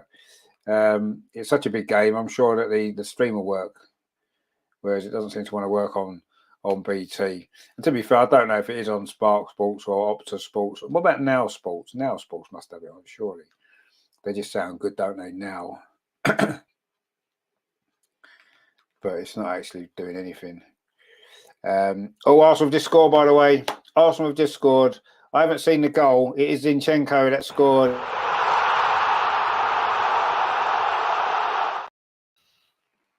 It is 2-2. It is Zinchenko. And I haven't seen the goal because I can't get a stream, which is really annoying. But Zinchenko's just scored his first Arsenal goal. It's exciting. Now Sports have got a different game on, so that's no good. It's not working anyway. Right, BT, you're going to work now. Come on, stop messing about. Just get working. It is 2-2. Zinchenko has scored 61 minutes played. It is Zinchenko with his first goal. I'm not sure how it came about. It's just a good strike, apparently. We were just saying how crap he is, and then he just goes and scores a goal. So that's good, isn't it? Terry says there, just look, BN is showing it, but it does say tennis. Oh, right, okay. Mark C says goal, Zinchenko, leave it off. Yeah, maybe I need to. Yeah, don't watch it, and then it might actually. Oh, I've got it back on now. Also coming forward again. Eddie Nketiah is inside the box. Is it going to be 3-2? Oh, I don't know, because the stream's bloody froze again. This is quite annoying. But it's Eddie going through one-on-one, so I'm assuming he's going to miss. Because he tends to miss. And he did miss. There you go. What a surprise. I want to see Zinchenko's goal because I missed it. Anyway, 63 minutes now. We've just got ourselves level, and we were just going for the winning goal there, or getting the lead. Martin Odegaard with the ball to Eddie there. Good running by Eddie. Got himself into the penalty area, but once again he can't finish, and he's just not good enough, is he, Eddie? Bless him. You know, we love Eddie, but he's just crap, isn't he? Terry says 2-2 Zinchenko. How can you leave this man out of the team? Exactly, yeah. I mean, he's got to play every week, hasn't he? You know, he can do what he likes. He can play in midfield. He can wander about wherever he likes, and that's fine. You know, and he can do whatever he wants. Anyway, it is 2-2 at Villa Park, and Terry says bottom right corner. Is that how he finished it? Was it good stuff? Good stuff from Zinchenko. We always rated him, didn't we? You know, we always liked Zinchenko. We never had any problems with him. Anyway, it's a big sort of 25 minutes coming up for Arsenal, this. I mean, a draw wouldn't be a disaster. We said that before. And funny enough, Rich, the Villa fan who came on last night, predicted a 2-2 draw, actually. So, you know, he might prove to be right, mightn't he? Steve says there, only one bar. Any one bar Eddie probably would score. Well, yeah, it wasn't a great finish of Eddie, was it? Bless his heart. He put it over the top of the bar. And yeah, unfortunately, that is where we are. But it is 2-2, and we have got ourselves back into it again. It was Odegaard with the assist for Zinchenko's goal as well. And Arsenal are back level. And who knows, maybe we've got a platform now to go on and win this game, which would be fantastic, wouldn't it? Even though I'm not going to be able to watch most of it by the look of it, because the stream is just not playing at all. And so it always seems to be on the BT streams as well, for some reason. BT need to sort their life out because they're not very good, are they? Anyway, it is Aston Villa 2, Arsenal 2. And we've got a big 25 minutes coming up for Arsenal if we are going to win this game, which, you know, it's important that we do, isn't it? You know, to get us back, especially if we've been behind twice. You know, we were talking about character, wasn't we? And maybe this is what we need. You know, this is what character's about, isn't it? Anyway, this isn't working, this stream, so I'm going to try to find BN Sports again and see what we can find on there. Let's have a look what BN Sports are doing. I mean, BN Sports 1 was showing tennis because I clicked on it. And it doesn't actually, I haven't got the schedules on. It's just what the channels are. Actually, the English one, what's that? BN Sports 1 English, that might be it.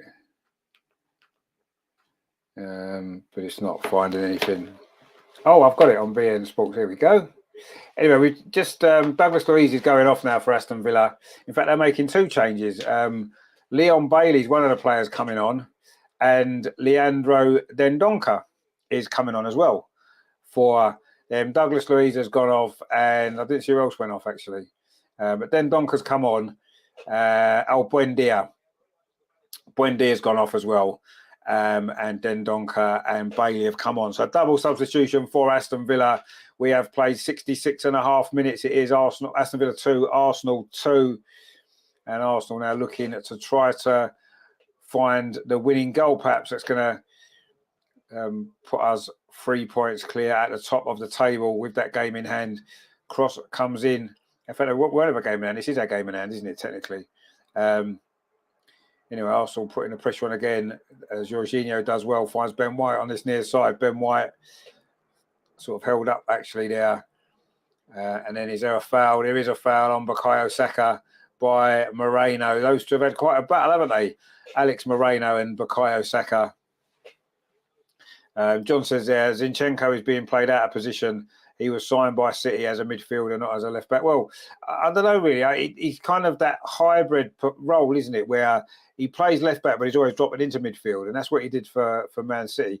Anyway, Martinelli's coming on for Leandro Trossard, who maybe hasn't quite had the impact in this game today that we hoped he might.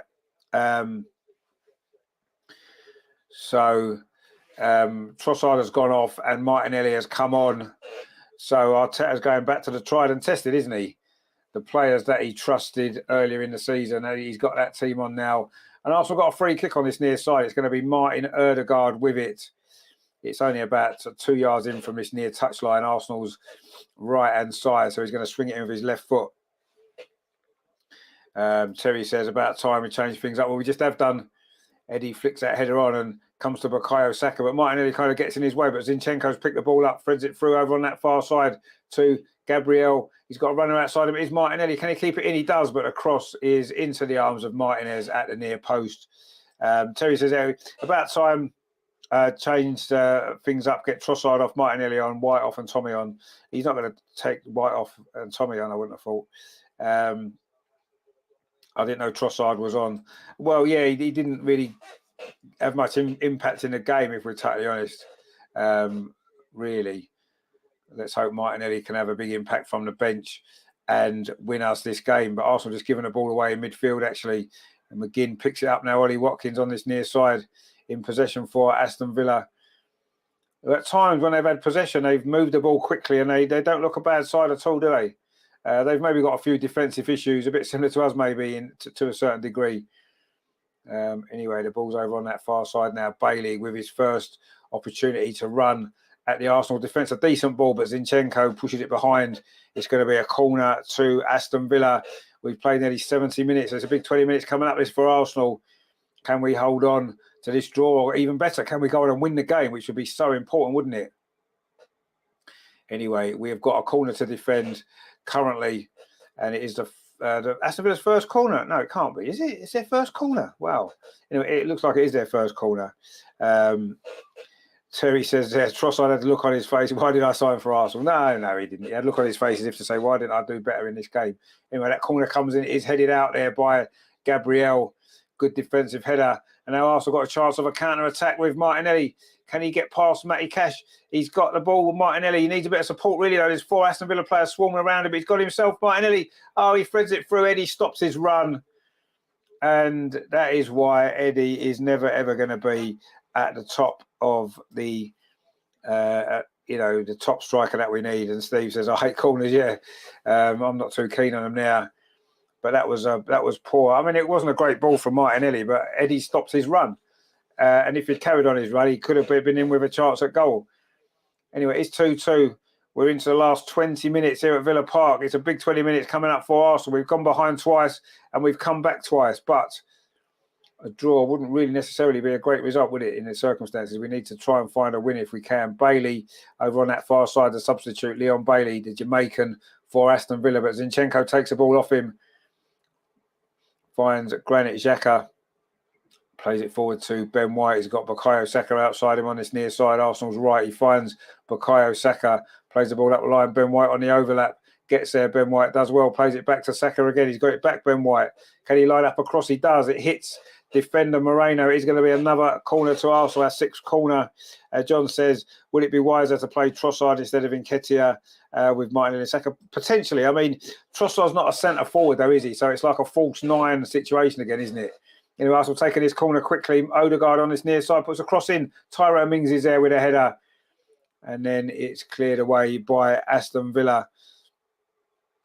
Arsenal trying to go for this now. A lot of pressure on this Aston Villa defence. Zinchenko tried to thread the ball through to Saka, but it's cut out by Ollie Watkins, a goal scorer, Aston Villa's first goal. Up this near side does well, actually. That's a good ball as well. Kamara there finds McGinn. He's now over on that far side with Bailey. Cuts inside Gabriel Bailey. He's got a runner outside him. It's a cross comes in from Matty Cash towards the edge of the penalty, but Zinchenko's there and should be able to clear this away. He does. He finds Martin Odegaard now. Good chance for a counter-attack here by Arsenal. Bukayo Saka on this near side. Bukayo Saka's going to run at Moreno. Cuts inside. Finds Martin Odegaard again. Think the ball back over the top. Martin Odegaard for Saka on this near side. Can he keep it in? He does, but he slips over. But it is a corner. Is it a corner? I think the referee's given a corner to Arsenal. Another corner. Steve says, give Eddie break, put someone else forward. Yeah, no, I agree. I would have left him out of the team completely. But anyway, it is a corner, though, to Arsenal. 72.5 minutes played here at Villa Park. Tom Hanks, is in the stand watching. I'm not sure if he supports Arsenal or Aston Villa, actually. Anyway.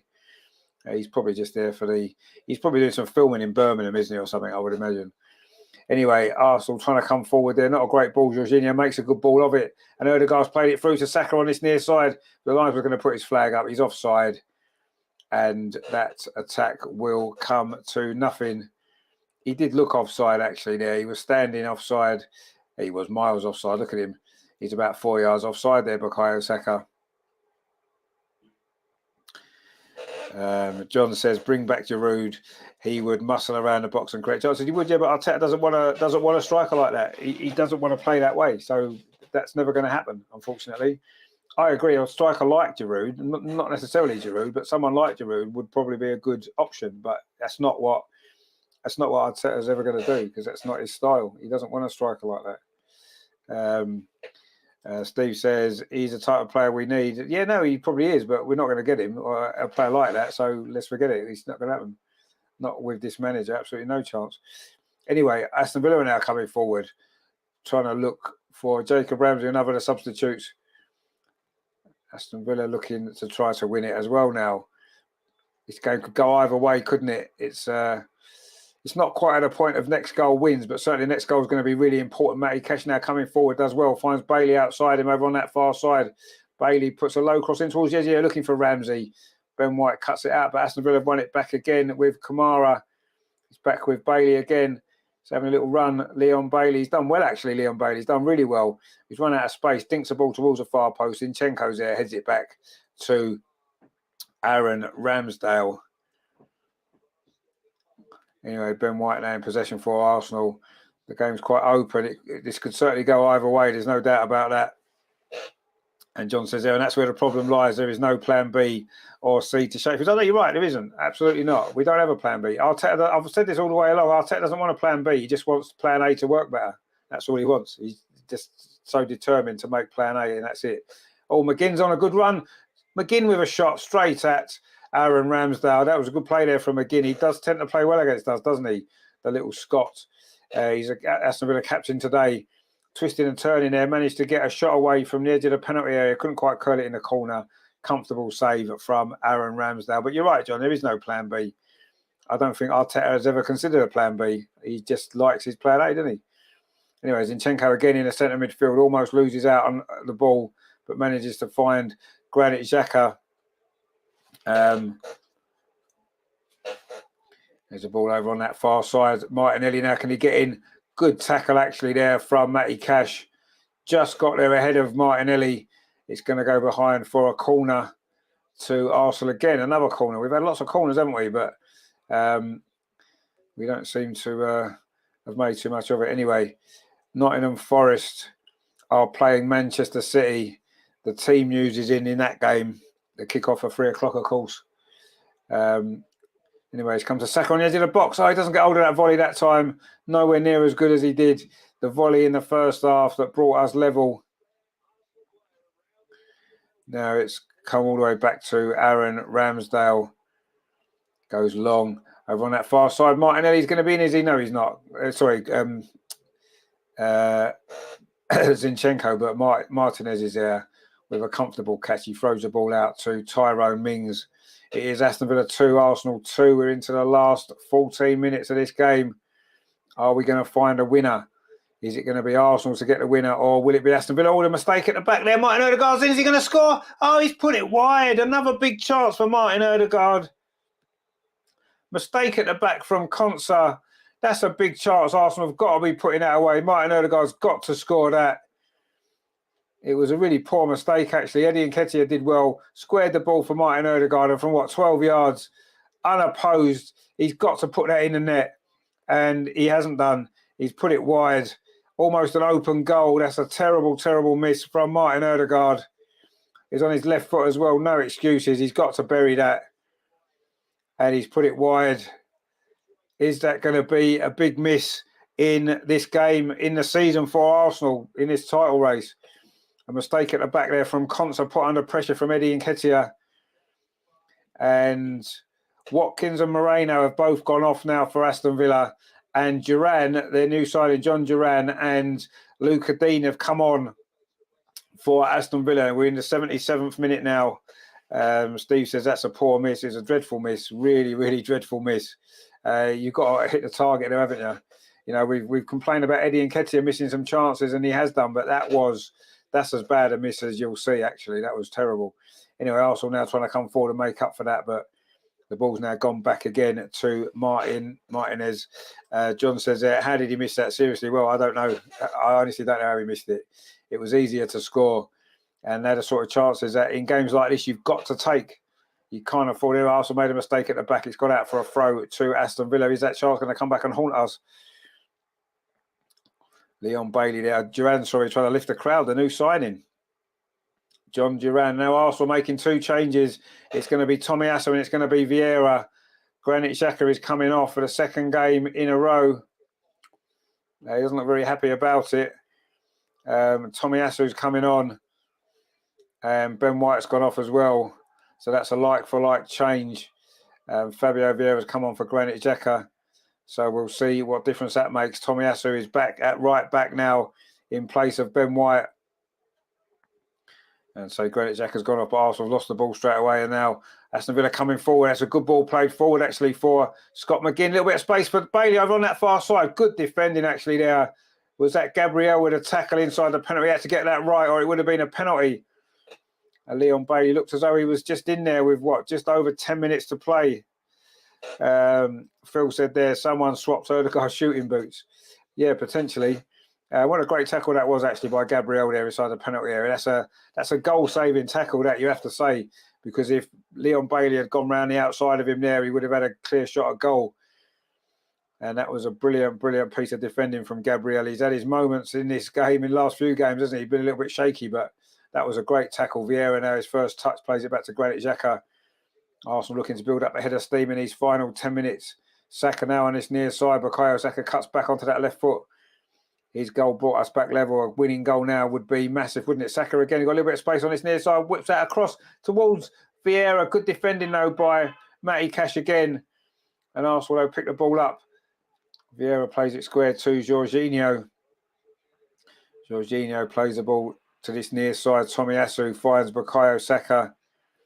Bukayo Saka there's in a battle there with Luca Digne, the substitute. He does well though, Saka. And that's a good ball there from Jorginho. Finds Tomiyasu, puts a cross in there. Good defending actually from Tyrone Mings.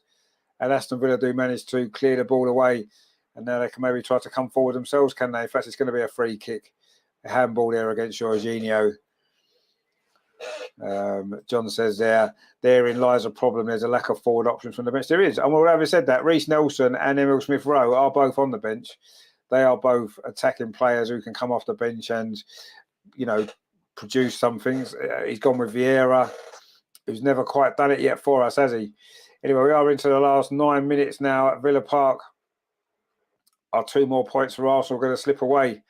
I suppose the way this game's gone, having gone behind twice, you have to say that perhaps a draw wouldn't be a disaster, would it? But a win would be so important in this game. There is still time, but obviously not a lot of time left. So can Arsenal find a winning goal? Terry says, I think our next signing should be Zidane and let Arteta leave at the end of the season. Can't see us pushing on under Arteta. Well, you know, I kind of tend to agree with you. We've progressed to a certain degree. We've spent a lot of money to do it and we've taken a lot of time to do it, but maybe not quick enough. When you look at how far some of the other teams are moving below us, they're going to be catching up very quickly, aren't they, if we allow them to. Anyway, Arsenal are coming forward here, still trying to win this game inside the last 10 minutes. Can we manage to do it? A massive 3 points it would be if we can find the next goal here. Probably you imagine now, you know, I said before, it's not quite next goal wins, but it almost is now.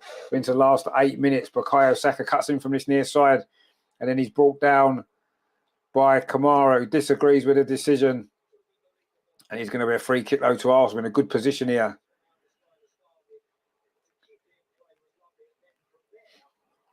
But Aston Villa, though, just an earlier chance that they missed there. Oh, they hit down the side of the bar. That must be when I froze there. Ramsdale pushed Bailey's shot there onto the underside of the bar. In fact, it was Villa coming close to the winner. There. Steve says there, Smith-Rowe is on Nelson and he's not playing them. I don't get Arteta really well, not exactly. Steve, they should be playing. Well, yeah, they're certainly coming off the bench. They're probably not fit enough yet to start and play a full game. Anyway, Martin Odegaard's got this free kick. This is a chance for Arsenal. We've played nearly 83 minutes. It's just on this near side, on the edge of the penalty area, about 10 yards outside the penalty area. Odegaard's free kick towards the near post. Header comes in from Gabriel, but it's gone over the top of the crossbar. And Arsenal look anxious in front of goal. We're not calm, are we? You know, the Odegaard chance before that header there. Eddie Nketiah's looked a bit nervy in front of goal. We're not quite able to show the same sort of composure that's needed in these moments. Gabriel then headed it back and over, really. Terry says, good save from Ramsdale. It was a good save from Ramsdale. Yeah, pushed that one onto the underside of the bar. Leon Bailey's effort from just a few moments ago. But time is now running out unless Arsenal are going to drop 2 more points. There's been a yellow card for the goalkeeper there, I think, for time wasting. Emi Martinez didn't look very happy about it, shaking his head, but he was wasting time. There's no doubt about that. And it is now going to be a goal kick, which he's going to have to take quickly, or he might get himself a second yellow card. We've never seen 2 yellow cards for time wasting before, have we? John says they agree, Terry, but that won't happen. The Cronkies will go with the status quo as they are content to be not winning trophies, but just in the top half of it. Well, I don't think they're content with that. I think they've committed to this project, if you like, now, haven't they? And, we talked about it on a show last night with Rich, the Villa fan, and he was absolutely right what he said. You get a new manager, and then, you've got a lot of these players in this team. Most of these players are Arteta players. They're players Arteta wanted. And you get a new manager in, and he's probably not going to want some of them because they're not going to fit the style that he wants to play. And then you've got to buy a load of other new players. And we've just spent 3 years putting this team together. And yes, how long do you give it until it suddenly starts paying off and you start winning trophies? That's the question, isn't it? You can't keep with a manager just for that reason, but you've got to look at it, haven't you? You can't just keep changing a manager, because then you have to keep changing your team, to get the players that suit the manager wants. We didn't do that with Emery, did we? We didn't give him the players he wanted, but we have done with Arteta. So I think the ball just back this project that they've bought into, and just hope it's going to work. Anyway, Saka's got this corner for Arsenal. 5 minutes to play. Are we going to get a late winner, which would be so important? Saka's corner towards the far post. Gabriel tries to get up there, but he hasn't got much of a header on that, and Villa will bring it clear over on that far side with Leon Bailey. It was him that hit the underside of the crossbar a few moments ago. And it's going to be a throw to Arsenal in line with the Aston Villa penalty over on that far side. Steve says there, well, the boss is spending 1 billion on a train thing, but we're not spending for Arsenal. Well, we spent money. We spent plenty of money. We certainly invested in this project. And you, at this moment in time, you could say it's sort of paying off. We are currently top of the league by 1 point, unless we can turn this 1 point into 3. Martin Ødegaard, who maybe should have done with that big chance he had a few moments ago. Jorginho with the ball through to Saka inside the box. Oh, Saka couldn't get enough power on the shot. It was saved there by Martinez. Comfortable save in the end there for the goalkeeper.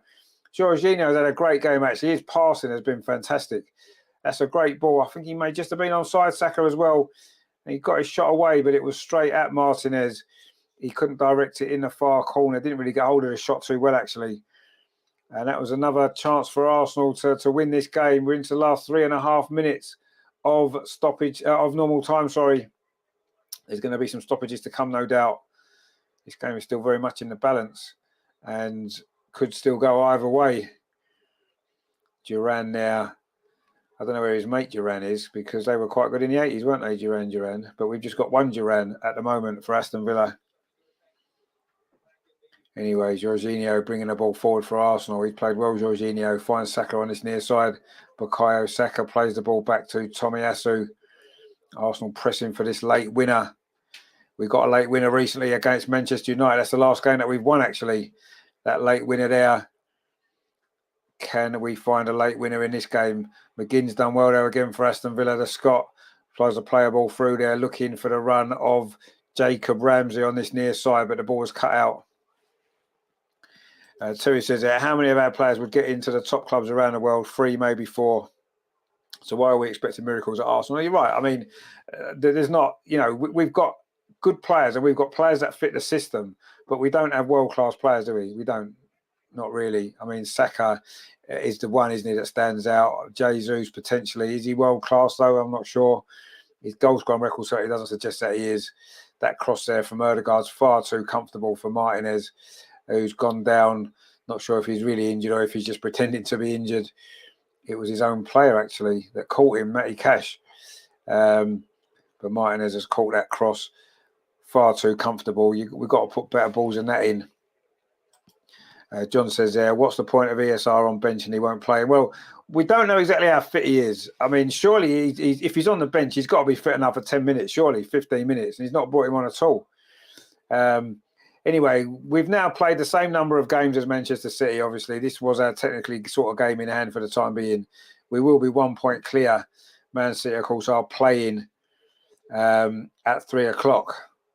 And, they've got the opportunity to go 2 points clear away at Nottingham Forest. You'd imagine they'll probably win that game, let's be fair.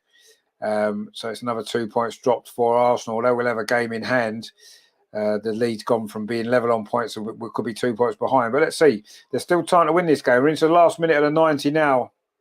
There's going to be a fair chunk of stoppage time, you would imagine, 5-6 minutes. So there's plenty of time for Arsenal. Steve says, 10-minute burst would be bad. He's a good player, but he's not 100% fit yet, is he? So I think 10 minutes was maybe the most that we could have got from him. 10 or 15 potentially, but he's not going to give any minutes at all. Arteta again not looking very happy, making fun of the referee's hand signals there. He'd do well not to get himself a yellow card, Mikel Arteta. Anyway, we're into the last 30 seconds of normal time. Another 2 points look as though they're going to be slipping away from Arsenal here at Villa Park. And Rich, the Aston Villa fan, last night's prediction of 2-2. I didn't think it was going to be anything like that, but it has been. So, well, it is 2-2 at the moment still. We're moving towards stoppage time. So, fair play to Rich for getting that score spot on. And it's been a good game. It's been a better second half from Arsenal. We've certainly looked a better team, but we've only managed to get that one goal from Zinchenko to get ourselves level. And we've had to come from behind twice in this game. We're just going to see 6 minutes of stoppage time. Yeah, I thought that's what it'd be, 5 or 6 I was expecting. And we've got 6. So we're just into that now. So we've still got time. 6 minutes is enough time, isn't it, to try and get another big chance to try to win this game. Of course, we've got to be careful at the back as well because we don't want to, losing this game would be a total disaster. That's a good ball over on that far side looking for Martinelli. Martinelli gets there, but good defending again from, that was John McGinn actually. It's going to be a corner to Arsenal. John says there it would be a shock if City lost versus Forest, but shouldn't be relying on other teams to beat City. No, of course not. We need to win our own games. I'm not expecting City to drop any points for the rest of the season. Not really. They probably will, I'm sure, but I don't expect favours from anyone. I expect us to do our job, and our job is to win their games. That's all we can do. And unfortunately, recently, we've not been able to do that. And so far today, we've not been able to do that either. Great play there from Jacob Ramsey over on that far side to win the ball back off Martin. That's a good ball up the line, actually. And suddenly Arsenal have got there's a man over here for Villa. We're into stoppage time. Are Villa going to win it in the last minute? Good save from Ramsdale again. Maybe they should have maybe passed that there. Was that Duran over on that far side? And Arsenal are going to keep that ball in. Good save from Ramsdale there, actually. And that was the chance there for the new signing. It was a good play, actually, from Aston Villa. A good counter-attack. They had a player over in the middle, actually, there. And maybe he could have tried to find him. Instead of he cut inside, tried a shot. Good save from Ramsdale. Pretty comfortable save. But Villa coming forward again. That cross comes into the edge of the area. Are Villa going to maybe win it in stoppage time? No, they're not, because Arsenal cleared this ball away. Saka now. It's certainly opened up here. Is there going to be chances? There's been chances at both ends. Both teams could have won this game. But Aston Villa now coming forward again. Terry says, my worry is Arteta hasn't got one grey hair on his head. To me, that says he hasn't got any worries about losing his job if we don't win again. I just don't think he's ever going to get grey hair, is he? Let's be honest. Steve says there he has faith in the wrong players. That's a good point, actually. Maybe he does. You made some good points today, Steve, actually. Really good points. Bukayo Saka on this near side does well. Arsenal going to find this late goal. We've played 2.5 minutes of stoppage time of the 6. Zinchenko, it was his equaliser that's brought Arsenal level, but 1 point will feel like 2 lost, won't it? Xhaka now on the edge of the... Jorginho hits the bar. It's gone in! Oh, he's won it! Jorginho! It hit the bar. It's hit Martinez. And it's gone in. And Arsenal have won it in stoppage time. Incredible, incredible stuff. Jorginho with the goal. Wow.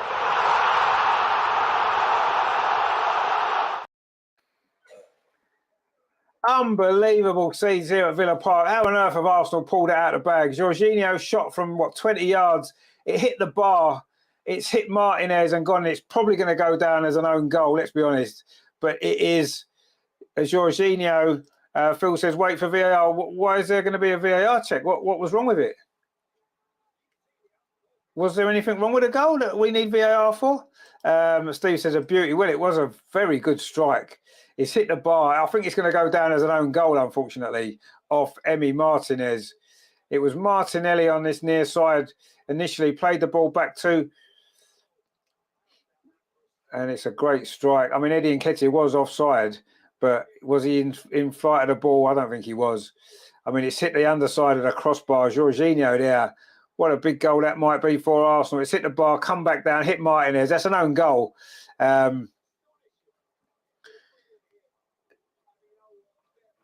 And Steve says, don't say that. Nathan says, what a game. In fact, there's 2 players standing offside. I'm not sure either of them are really interfering with play, to be fair. Terry says, you crawler, Steve. Richard's favourite. I remember when I was... Terry, you'll always be our favourite. You know that. Phil says, didn't realise it was a long shot. It was kind of a joke. Well, yeah. What, Terry? Not my fault. I'm smart. Well, there you go. That's true, isn't it? And Arsenal now in the second minute of stoppage time. Oh, look, and it's time for Rob Holding. He's so predictable, Arteta, isn't he? We'll let him off today if we do win this game. But Rob Holding's coming on for Martin Ødegaard, and Kieran Tierney's coming on as well. So let's just shut up shop for the last 2 minutes. Zinchenko's going off, and Rob Holding takes the armband as well. Wow, that's how low things are in terms of leaders in this team. But anyway, Kieran Tierney is on and Rob Holding are on for these final few moments there of stoppage time. And Arsenal have somehow found a way to lead this game. But Villa certainly haven't given this up yet. Tyrone Mings coming forward. And Villa have had some chances to try and win it as well, haven't they, in these last few minutes? Aaron Ramsdale is taking the ball over to that far corner of the penalty area. Now he picks up. We've played 5 of the 6 minutes. There's going to be a little bit more stoppage time, you would imagine. So we'll see what happens there. There's going to be a bit more stoppage time, you would imagine, because the goal and the celebrations and everything else. Terry says 2 great headers from Villa today to give Arsenal hopefully a 3-2 win. Well, yeah, it's looking that way now, isn't it? This is a massive moment is for Arsenal in this title race. We've had to come from behind.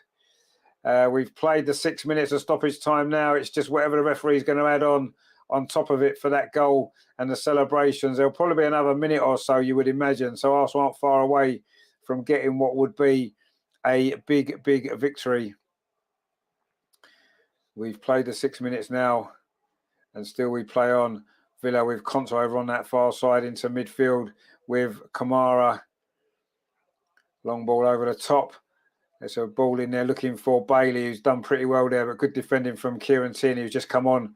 But Villa picked the ball up again. Bailey's got a little bit of space over on that far side. Are we going to get more late drama in this game? Bailey trying to get a cross in. Good defending, though, from Kieran Tierney. That's why Kieran Tierney should be in the team. He's a much better one-on-one defender than Zinchenko. But that's a good cross from Bailey, actually, in towards Konsa. Arsenal haven't cleared this. They still haven't cleared it. The header now is going to be a corner to Aston Villa, is it? It is going to be a corner. There's still time. We've played nearly 7 minutes of stoppage time. Aston Villa have got a corner. This is going to be the last few moments of this game. Can Arsenal hold on to what would be an astonishing victory here?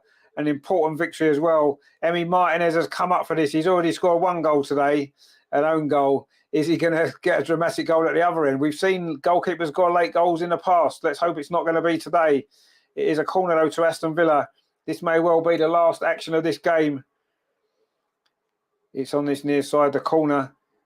The ball comes in. It's a decent ball. Arsenal head it away. And now we've got a chance of a break. Aston Villa haven't got a goalkeeper in. Is this going to be the sealer here? The ball's played through. Martinelli surely going to score. The goal is not there. Martinelli's going to roll this in. It's 4-2. Arsenal have won this game. Incredible, incredible scenes here. Arsenal have somehow come from behind. We've won 4-2. And that is the...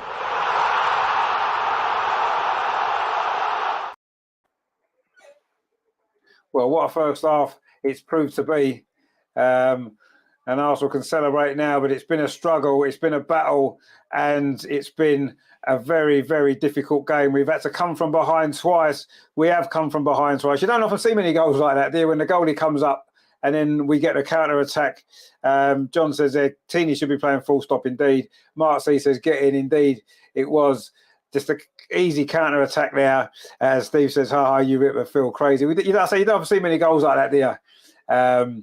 No goalkeeper there, and Martinelli can just roll it in. It's Fabio Vieira with the ball to him, and he's never going to get an easier goal. He was already celebrating before he put it in, actually. He looked across, realised there was nobody there, and he was already celebrating Martinelli, and he just had to make sure they just rolled it in to the empty net. He would have looked a bit silly if he'd missed, wouldn't he? But he didn't. It is 4-2. We've played nearly 9 minutes of stoppage time, and Arsenal have won this game. We are going 3 points clear, and wow. Phil says, I just feel relieved. Yeah, 2 goals in stoppage time have turned 1 point into 3, and there goes the full-time whistle. Arsenal have done it. Arsenal have beaten Unai Emery. We've beaten Aston Villa. We've come from behind twice, and we've come away with all 3 points. A crucial 3 points it was as well. And wow, unbelievable stuff. John says, few a good win, to be honest. No, it was a good win. Terry says, that's why we should be giving Martinelli a chance to centre forward. Yeah, potentially. And Steve says, I can breathe now, indeed. What a big win that may well turn out to be. Jorginho's goal, although it's going to go down as an own goal in the 93rd minute, and then Martinelli in the 98th minute sealed the victory for Arsenal. Aston Villa have lost 4-2 at home for the second game in a row, actually, funnily enough.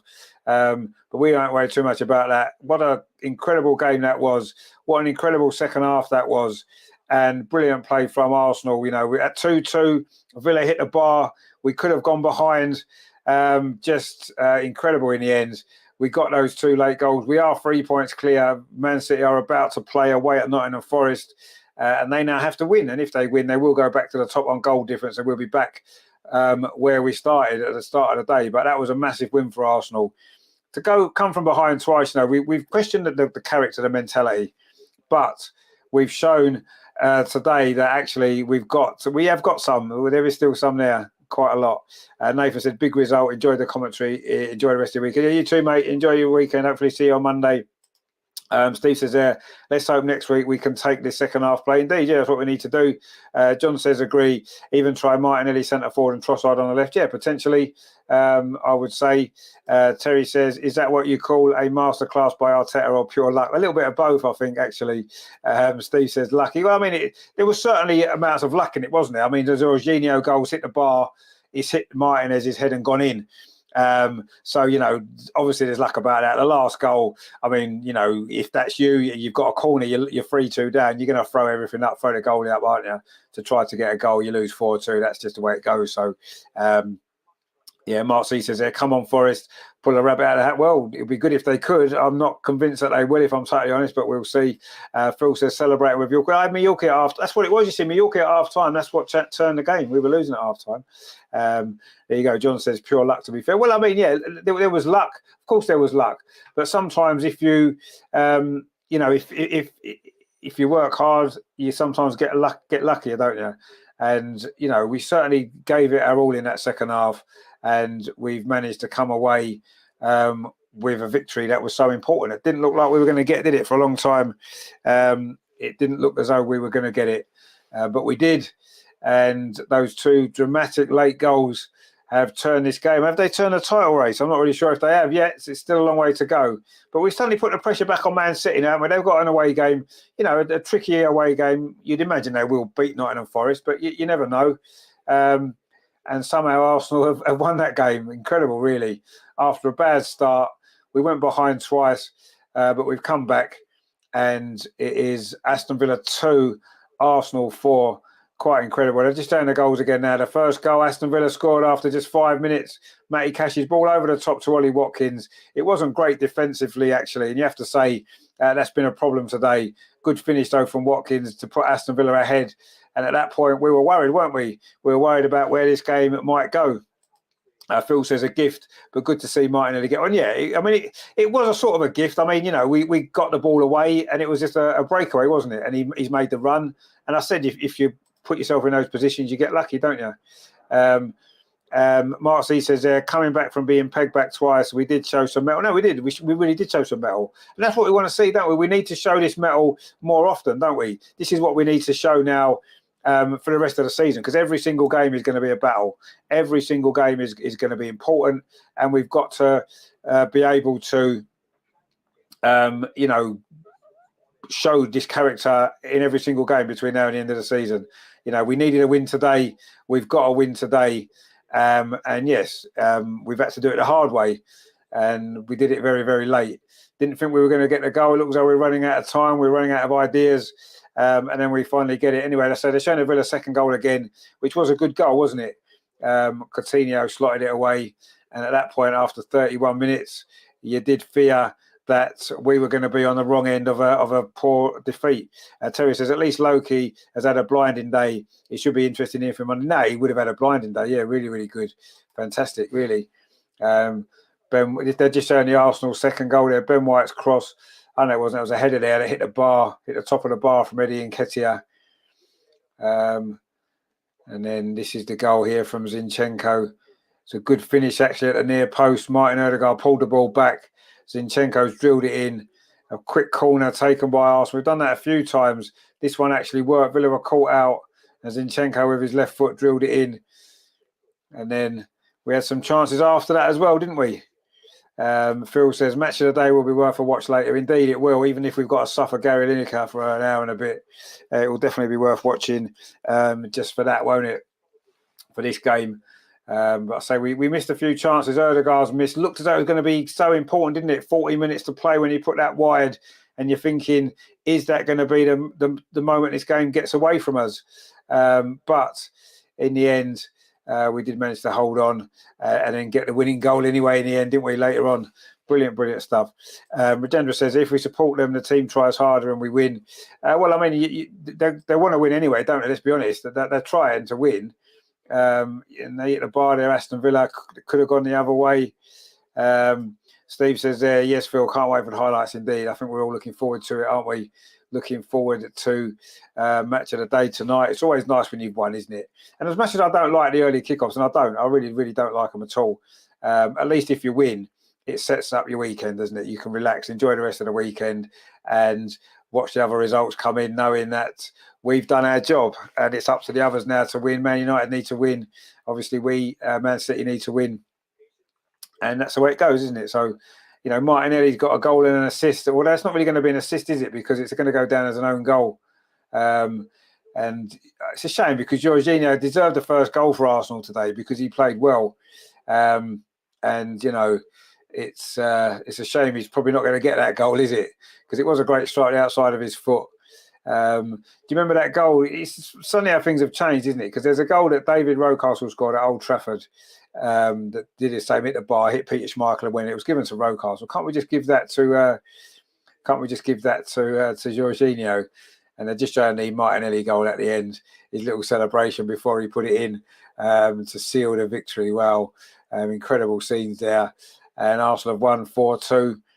And yeah, brilliant. Is that the first time we've scored 4 away from home this season? We've had some good victories away from home, and we've certainly had a good victory there. Brilliant stuff. Steve says there, it's 1:36 in Melbourne, Australia. Is it? Oh, you stayed up late for it then. It was worth it in the end, wasn't it? It's not always been worth it, has it? Some of them early kickoffs over here haven't always been worth it. But anyway, this one certainly was. Rajendra says, but the support gives an extra call to 12th man. Yeah, I mean, you know, when you're away from home, you've not got many fans, have you? I suppose there's many fans in the ground, but I mean, everyone supports the team. We all support the team, but you know, it doesn't mean that we can't be frustrated and annoyed when things don't go well and they're not playing well and they're making mistakes. And that's natural, isn't it, for us to do that? And you know, when we win, it's great, isn't it? But yeah, I mean, it was a very, very tense game, but we finally come out on top in the end. So exciting stuff, really exciting stuff, and it has finished here. Aston Villa 2, Arsenal 4. So he says, hats off to you, mate. Yeah, hats off to you indeed for staying up. John says, fair play for staying up indeed, and I'm sure he's pleased he did now after the late drama that we had. Very late drama, and it's finished in a big Arsenal victory. Steve says there, we did beat Brighton away 4-2. Oh yeah, you're right. Actually, no, very good point. Yeah, we did. See again, Steve's on the ball today, isn't he? You know, I don't know what you've been eating in Australia today, but you've got everything right today, Steve. You've been spot on. We did actually beat Brighton 4-2. You're right. Did Martinelli get a goal in that game as well? Didn't he? Running through from the halfway line and scoring. John says there, we can watch Match of the Day tonight with relief indeed, and we can enjoy it. Actually, we can, you know, if we cut out Gary Lineker's nonsense, we can enjoy it tonight, and I'm sure we will. Hopefully, Ian Wright might be on because he'll have some good things to say, won't he? If he is, so we'll see. But yeah, brilliant win. Wow, I mean, what can you say about that? I think probably for the second half, we perhaps deserved it as well. I thought we were pushing for the winner. Yes, we left ourselves a little bit open to counter attacks at times. And Villa had 1 or 2 chances themselves, didn't they? At 2-2, could have definitely have gone the other way. But I thought we deserved it. You know, we showed a bit of bravery, we showed some character, and those are things that maybe we haven't shown enough of in recent weeks. So, you know, credit the team for that, Arteta for that as well. And we've got the victory. Phil says they're very tense to listening today and was worried at times, but credit to the lads for coming back and getting it. Exactly, it was pretty tense, yeah. Regina, so I get disappointed, but I look at the game when we were fresh in Pompey, but their fans were still full of support for the team. Now, of course, and that's after the game, isn't it? I'm sure during the game, I remember that game actually. Their fans were frustrated, but they accepted that they were beaten on the day by a much better team. Unfortunately, we're in a different position, aren't we? Because we are a better team than most of the teams that we play. So if we lose, it's down to our own, the fact that we haven't played as well as we can. Because most teams in the Premier League, we are better than. There's no doubt about that. So, if Pompey that day, they probably didn't have much chance of winning, and they accepted that they were beaten by the better team, and they appreciated our performance. So it's a slightly different set of circumstances, I think. If we'd lost today to Aston Villa, we would have to be disappointed, because Aston Villa are a team, no disrespect to them, they have a decent team with good players, but we should beat them where we are in the league, where they are in the league. We should beat Aston Villa. So if we didn't win today, we'd be right to criticise the team for that, because it would be down to our own misgivings, our own poor defensive play, or not taking our chances, all those different things that were happening earlier on in the game. So, I think we've got to be realistic as well. And of course we support the team, but when they get things wrong, they make mistakes and we don't get the right result, we've got a right to point those things out and to criticise them if we have to. There's nothing wrong with that, I don't think. Anyway, Terry says, "Oh my God, Steve, making me be sick." And Steve says, "Have Arsenal brain computer?" Well, that's what you need, isn't it? Phil said, "Should have a right he can for the goals." When's he coming on your channel? Well, it'd be good to get it right on, wouldn't it? I've definitely been trying. Certain levels of people are a lot more difficult to get on, aren't they? That's the trouble. You have to jump through a lot more hoops to get certain bigger people on. You can't just approach the person themselves. A lot of the time you need to go through agencies and all that kind of stuff. It's a lot more difficult, but I've been working on getting right on it. It'd be great to have him on, wouldn't it? There's one or two other ex-players I'm working on as well to try and get them to come on. Would be good. Regina says, well, teams are in the balance, but it's the effort of the team in each game. No, exactly, of course. We won the game today, and that's been brilliant. Terry says, I must admit, it was nice to see everyone in the chat contributing today. Exactly, yeah, everyone in the chat contributed to that win, and my Yorkie did as well. I think definitely my half-time Yorkie definitely swung it in our favour. Steve says, big game next week. Leicester scored 4 goals in 2 games and no bad defence. But no, you're right, exactly. Yeah, we can't afford to defend badly against a Leicester team that's full of confidence at the minute. You're absolutely right. Virginia says, each player has a chance to improve and get better, and even in the opposition, hence Leicester. Well, no, exactly. I mean, each game's a separate thing, isn't it? No 2 games are the same. But, overall, when you look at where we are in the league, how we've done this season, the games that we've won, we should be beating most teams that we play. We should be. Recently we haven't been for one reason or another. And today didn't look like we were going to again, but we managed to swing it in the last few minutes. And it's good, actually. Man City may well have been watching a bit of that game in the changing rooms at Nottingham Forest. And it's, they'll probably have been gutted that we got them 2 goals, but tough luck. They now have to go out and win. Steve says, good fun. Yeah, it's been good fun today in the chat. And Arsenal have won, which makes it even more fun, doesn't it? So thank you to everybody for watching. Don't forget, give us a like before you leave, because that's so important for the channel as well. And if you are new here, and I know most of you guys have been here with us for quite a long time, so yeah, don't forget to subscribe if you are new, and give us a like. Coming up on the show, obviously, there's no games tomorrow, which is a nice Sunday off. So I might go and take the drone up again if the weather's better. It's been raining today, actually. So we'll see. It's been a bit windy. But if the weather's okay tomorrow, I'll get the drone up again. And then Monday, we are back. The Arsenal review. We'll be looking back on this game, reliving all the excitement and all the drama, and, looking at some of the things that went wrong as well. And also, as well, of course, looking ahead to that game against Leicester next week. Now, another really, really big game away from home that we have to. Fair enough, we beat Leicester 4-2, didn't we, at home earlier in the season? So, maybe we can repeat another 4-2 win would be nice, wouldn't it? But yeah, so we look ahead to that game as well. Hopefully Melvin will be back this week. He's trying to fit his show in. The Highbury Matters show be 1990 to 1992. That was a pretty good spell for Arsenal as well, wasn't it? So that'll be hopefully possibly Tuesday, that one. We don't need confirmation of that, but that'll be on this week. Hopefully we'll get Stephen Adam in again on Thursday for the social extra. Get them back on as well. That'll be good on there. And of course, Friday we're back with the Arsenal Women's Weekly, looking ahead to the big FA Cup game next weekend against Chelsea at Kings Meadow. So that's going to be good. Of course, a couple of big games come up against Chelsea in the next couple of weeks, haven't we? Because we've got the final of the Continental Cup the week after as well. So loads of big stuff on the channel, of course, and of course next weekend the Watchalongs, Leicester against Arsenal on Saturday, and then Sunday, of course, the big FA Cup game, Chelsea against Arsenal women. So loads and loads of great stuff. So please support the channel, please subscribe, please give us a like, and we will see how we go. Hopefully you're enjoying what we do. Let's have a look. We've had some comments coming in. John says yes. Sorry to mention it was about Liam Brady. What was about Liam Brady? Sorry. Anyway, I don't know. But anyway, Regeneration says yes, our player have improved the best, but I look at our game away to Newcastle last season, and their supporters gave extra strength to their team, and we did not win. No, I mean, the home fans make a big difference, definitely. There's no doubt about that. The home crowd getting behind the team makes a difference. But ultimately, it's the players on the pitch, isn't it? They have to perform. And, you know, that's sort of what it comes down to, isn't it? Yeah, the fans can help. And obviously, fans booing and getting against the team is not going to help, is it? 100%, I agree with that. Terry says, Stephen, John, everyone else in the chat, have a great rest of your weekend and see you all soon. Yes, indeed, Terry, thank you very much again for your support as always. Regeneration says, hit the like button and come on the Arsenal men and women, indeed. Terry says, Richard smashed it again. Enjoy your weekend and get out and fly that drone. Yeah, hopefully I will tomorrow if the weather's good. It's not been too great today.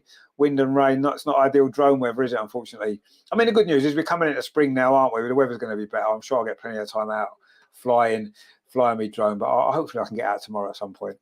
John says, thanks, Richard. Cheers. No problem, mate. He'll speak to you very soon, hopefully.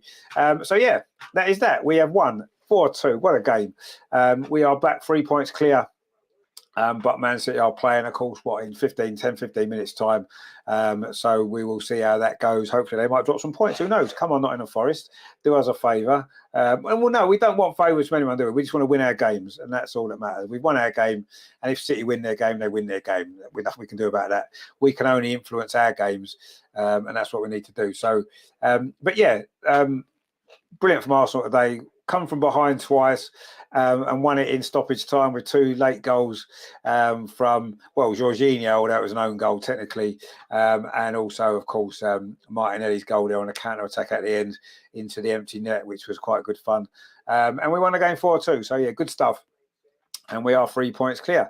Rajendra says, still the best content. Thank you very much, mate. Always appreciate your support, as always. So I say we'll be back on Monday with the Arsenal review. That's going to be a good show, isn't it? Looking back on this brilliant game. Regeneration says, see you next match. Yeah, indeed, mate. Yeah, take it easy. Enjoy the rest of your weekend. And to everyone else as well, enjoy your weekend. It's been a good day. Terry says, say hello to Mum for us all. Indeed, we will. And John says, come on, you Gunners. Indeed, come on, you Gunners. So, yeah, that's that for the day. Let's say a good victory for Arsenal. Important victory. Really, really needed that, didn't we? And we got there in the end. We had to work hard for it. We made it hard for ourselves. Let's be honest. We did, didn't we, at times in that game. But we did manage to see it through. We got the game done. We got it won at the end.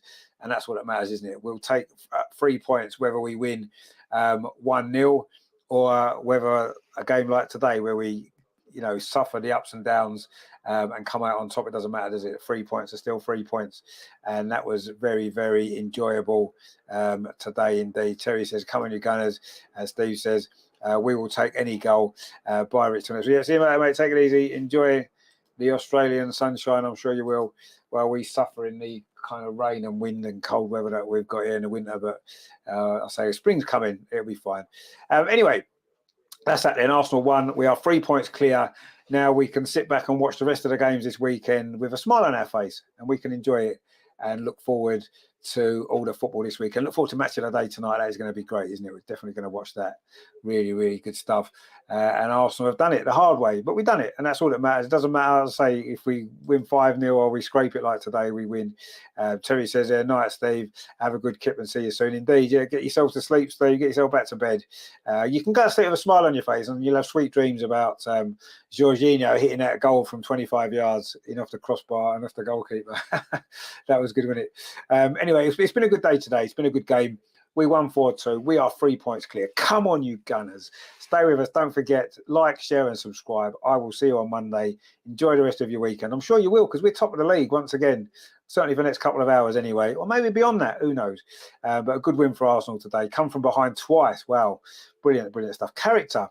What we showed. What we needed to show, we did show. Well done, everybody. Well done, Mikel Arteta today. Well done, all the players as well. Great performance in the end. And we got the victory. So I'll see you Monday. Enjoy the rest of your weekend, whatever you're up to. And take it easy, guys. I'll see you on the next one. Come on, you Gunners. Yes, get it. Top of the league. Real Martinelli. It's now with Granit Xhaka. Is it going to be the third goal? It is the third goal. Granit Xhaka with it. That seals it.